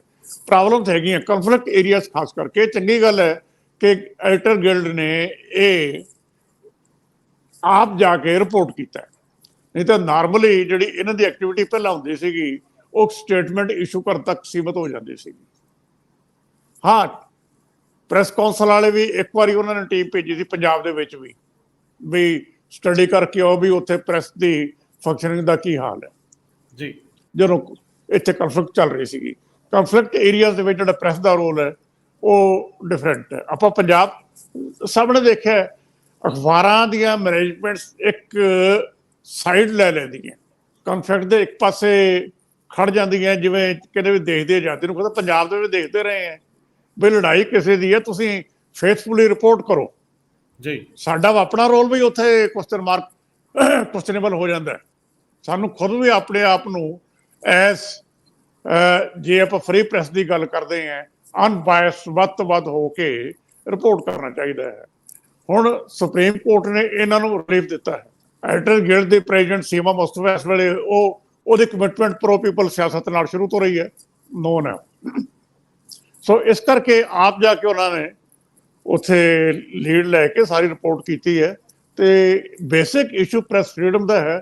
ਜਦ ਤੱਕ ਅਮਰੀਕਾ ਦੀ ਤਰ੍ਹਾਂ ਇਹ ਗਰੰਟੀ ਨਹੀਂ ਮਿਲਦੀ, ਮਿਸਟਰ ਗਾਂਧੀ ਨੇ ਸਿਰੇ ਲਾਤਾ ਸੀ ਐਮਰਜੈਂਸੀ 'ਚ ਸਾਰਾ ਕੁਛ ਹੀ। ਅਸੀਂ ਵਾਰ-ਵਾਰ ਫੇਸ ਕਰਦੇ ਹਾਂ ਸੈਂਸਰਸ਼ਿਪ। ਪੰਜਾਬ 'ਚ ਕਿੰਨੀ ਵਾਰੀ ਲੱਗੀ ਹੈ ਕਨਫਲਿਕਟ ਏਰੀਆ ਦੇ ਵਿੱਚ। ਬਲੂ ਸਟਾਰ ਵੇਲੇ ਸੈਂਸਰਸ਼ਿਪ ਸੀਗੀ। ਜੋ ਦਿੱਲੀ ਦੇ ਵਿੱਚ ਨਵੰਬਰ ਦੇ ਵਿੱਚ ਹੋਇਆ, ਉਹ ਇੱਥੇ ਅਸੀਂ ਰਿਪੋਰਟ ਨਹੀਂ ਕਰ ਸਕੇ ਚੰਡੀਗੜ੍ਹ, ਇੱਥੇ ਛਪੇ ਕੁਛ ਨਹੀਂ ਗਾ, ਅਖਬਾਰਾਂ ਬਲੈਕ ਉਹਦੇ ਬਾਰੇ। ਜਦੋਂ ਦਿੱਲੀ ਦੀ ਕਾਪੀਆਂ ਸਾਡੇ ਕੋਲ ਮਹੀਨੇ ਬਾਅਦ ਆਈਆਂ ਸੀ, ਉਦੋਂ ਪਤਾ ਲੱਗਾ ਸੀ ਕੀ ਹੋਇਆ, ਡਿਟੇਲ ਉਹਦੀ ਉਦੋਂ ਪਤਾ ਲੱਗੀ ਸੀ। ਸੋ ਇੱਕ ਇਸ਼ੂ ਬਹੁਤ ਵੱਡਾ ਹੈ, ਇਹ ਹਰ ਲੈਵਲ ਤੇ ਇਹਦੀ ਡਿਬੇਟ ਹੋਣੀ ਚਾਹੀਦੀ ਹੈ। ਮੇਰੇ ਖਿਆਲ 'ਚ ਪਾਰਲੀਮੈਂਟ ਦੇ ਵਿੱਚ ਵੀ ਇਹਦਾ ਕਿਤੇ ਸਪੈਸ਼ਲ ਟਾਈਮ ਕੱਢ ਕੇ ਉਹਨਾਂ ਨੂੰ 2 ਘੰਟੇ ਤੇ ਲਾਉਣੇ ਚਾਹੀਦੇ। ਤੁਸੀਂ ਬਿਲਕੁਲ ਠੀਕ ਕਹਿ ਰਹੇ ਹੋ। ਇਹ ਕਾਫੀ ਦੇਸ਼ ਦੀ ਇੱਜ਼ਤ, ਮਾਣ ਸਨਮਾਨ ਤੇ ਪੱਤਰਕਾਰਤਾ ਦੀ ਫਰੀडम ਦਾ ਸਵਾਲ ਵੀ ਹੈਗਾ। ਸਰਦਾਰ ਹਰਮੀਤ ਸਿੰਘ ਜੀ, ਅਸੀਂ ਭੁਗਤਿਆ ਬੀਤੇ ਵਿੱਚ ਕਾਫੀ, ਖਾਸ ਤੌਰ ਤੇ ਪੰਜਾਬ ਦੇ ਵਿੱਚ ਜਿਹੜੇ ਲੋਕ ਫਰੀਲਾਂਸ ਵੀ ਕੰਮ ਕਰ ਰਹੇ ਸੀਗੇ ਮਨੁੱਖੀ ਅਧਿਕਾਰਾਂ ਦੇ ਨਜ਼ਰੀਏ ਤੋਂ, ਇਹ ਵੀ ਲੋਕ ਤਾਂ ਮਨੁੱਖੀ ਅਧਿਕਾਰਾਂ ਦੇ ਨਜ਼ਰੀਏ ਤੋਂ ਰਿਪੋਰਟ ਕਰਨ ਗਏ ਸੀ। ਜਸਵੰਤ ਸਿੰਘ ਖਾਲੜਾ, ਭਾਈ ਜਸਵੰਤ ਸਿੰਘ ਖਾਲੜਾ, ਜਿਨ੍ਹਾਂ ਨੂੰ ਕਤਲ ਕਰਤਾ ਗਿਆ ਸੀਗਾ, ਉਹਨਾਂ ਦੀ ਅੱਜ ਬਰਸੀ ਹੈ। ਔਰ ਇਸੇ ਸਮੇਂ ਉਸ ਪਿੰਡ ਦੇ ਇੱਕ ਨੌਜਵਾਨ ਨੇ KBC ਦੇ ਵਿੱਚੋਂ 1 ਕਰੋੜ ਰੁਪਈਆ ਜਿੱਤਿਆ, ਜਸ਼ਨ ਵੀ ਹੋ ਰਿਹਾ ਔਰ ਇਹ ਖਬਰਾਂ ਵੀ ਲੱਗ ਰਹੀਆਂ ਨੇ। ਇਹ ਪਰਿਸਥਿਤੀਆਂ ਦਾ ਇੱਕ ਅਜੀਬੋ ਗਰੀਬ ਹੈ ਉਹ ਪਿੰਡ, ਫਿਰ ਚਰਚਾ 'ਚ ਹੈ। ਬੜੀ ਅਸੀਂ ਭੁੱਲ ਵੀ ਜਾਂਦੇ ਹਾਂ ਉਹ ਲੋਕ ਜਿਨ੍ਹਾਂ ਨੇ ਆਪਣੀ ਜਾਨ ਦੀ ਪਰਵਾਹ ਕੀਤੇ ਬਿਨਾਂ ਮਨੁੱਖਤਾ ਲਈ ਕੰਮ ਕੀਤਾ। ਕੀ ਲੋੜ ਸੀ ਜਸਵੰਤ ਸਿੰਘ ਖਾਲੜਾ ਨੂੰ ਕਿ ਉਹ ਏਡੀ ਜਾ ਕੇ ਖੁੱਡ ਵਿੱਚ ਹੱਥ ਪਾਉਂਦੇ? ਔਰ ਤੁਹਾਡਾ ਉਹਨਾਂ ਨਾਲ ਆਪਣਾ ਨਿੱਜੀ ਮੇਲ ਜੋਲ ਵੀ ਸੀਗਾ, ਤੁਸੀਂ ਉਹਨਾਂ ਨੂੰ ਮਿਲਦੇ ਵੀ ਰਹੇ, ਉਹਨਾਂ ਬਾਰੇ ਲੋਕ ਜਾਣਨਾ ਵੀ ਚਾਹੁੰਦੇ ਹੁੰਦੇ ਆ, ਕਿਤਾਬਾਂ ਵੀ ਆ ਗਈਆਂ, ਕਈਆਂ ਨੇ ਲਿਖੀਆਂ। ਸੋ ਮੈਂ ਇੱਕ ਤਾਂ ਅੱਜ ਦੇ ਦਿਨ ਨੂੰ ਰਿਲੇਟ ਕਰਕੇ ਸਮਝਣਾ ਤੁਹਾਡੇ ਕੋਲ ਚਾਹੁੰਦਾ ਹੈ। ਮਨੁੱਖੀ ਅਧਿਕਾਰਾਂ ਦਾ ਮੁੱਦਾ ਬਿਲਕੁਲ ਇੱਕ ਕਿਹਦਾ ਮਾਰਚ ਹੈ, ਪਹਿਲਾਂ ਗੁਲਾਮਾਂ ਤੋਂ ਸ਼ੁਰੂ ਹੋ ਕੇ ਗਾਹਾਂ ਤੋਂ ਗਾਹਾਂ ਵੱਧਦੇ ਤਾਂ ਉਹ ਗਏ ਹੀ ਨੇ। ਖੈਰ ਜੇ ਓਵਰਆਲ ਪਿਛੋਕੜ ਤੋਂ ਹੁਣ ਤੱਕ ਦੇਖਿਆ ਜਾਏ ਤੇ ਬੰਦਿਆਂ ਨੂੰ ਮੁਕਾਬਲਤਨ ਅਧਿਕਾਰ ਤਾਂ ਵੱਧਦੇ ਨੇ, ਪਰ ਜਿਹੜਾ ਸਟੇਟਸ ਮੌਕਾ ਆ ਜਾਂਦਾ, ਹੁਣ 21ਵੀਂ ਸਦੀ ਹੈ ਤਾਂ 21ਵੀਂ ਸਦੀ ਚੋਂ ਕਿੰਨੇ ਰਹਿਣੇ ਚਾਹੀਦੇ ਨੇ, ਇੱਕ ਕੰਪੈਰੀਜ਼ਨ ਹੁੰਦਾ ਜੋ ਤੁਹਾਡਾ ਆਈਡੀਅਲ ਹੁੰਦਾ। ਆਈਡੀਅਲ ਸਾਡੇ ਸਾਹਮਣੇ ਅੱਜ ਵੀ ਮਨੁੱਖੀ ਅਧਿਕਾਰਾਂ ਦੇ ਦਸਤਾਵੇਜ਼ ਦੇ ਤੌਰ ਤੇ ਕੀ ਹੈ, ਉਹ 10 ਦਸੰਬਰ 1948 ਦਾ ਮਨੁੱਖੀ ਅਧਿਕਾਰਾਂ ਦਾ ਯੂਐਨਓ ਦਾ ਐਲਾਨਨਾਮਾ ਹੈ, ਜਿਹੜਾ ਦੂਜੀ ਸੰਸਾਰ ਜੰਗ ਤੋਂ ਬਾਅਦ ਬਹੁਤ ਉਹ ਹਾਇਰ ਬ੍ਰੇਨ ਇਕੱਠੇ ਹੋਏ ਤੇ ਉਹਨਾਂ ਨੇ ਘੜਿਆ ਕਿ ਕੰਸੈਂਸਸ ਬੇਸਡ ਸਾਰੀ ਦੁਨੀਆ ਦੇ ਦੇਸ਼ਾਂ ਨੇ ਉਹਨੂੰ ਪ੍ਰਵਾਨ ਕੀਤਾ।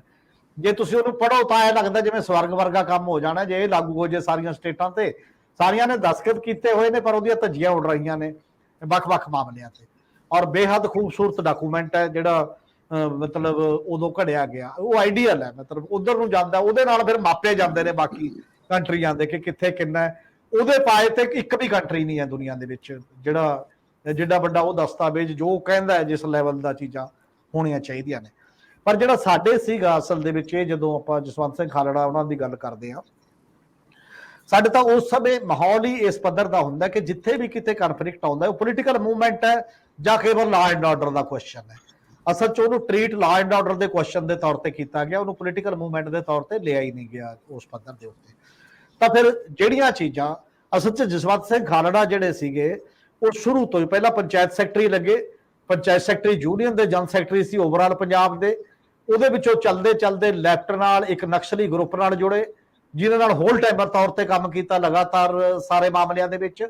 ਔਰ ਲਗਾਤਾਰ ਉਹ ਚਲਦੇ ਚਲਦੇ ਜਦੋਂ ਇਹ ਖੜਕੂ ਮੂਵਮੈਂਟ ਚੱਲਦੀ ਸੀ ਉਹ ਸਾਰੇ ਮਾਮਲੇ ਦੇ ਵਿੱਚ ਆਪਣੇ ਇੱਕ ਦੋਸਤ ਦੇ ਵਾਸਤੇ ਗਏ ਸੀਗੇ ਜਿਹਦਾ ਪਤਾ ਨਹੀਂ ਸੀ ਲੱਗ ਰਿਹਾ।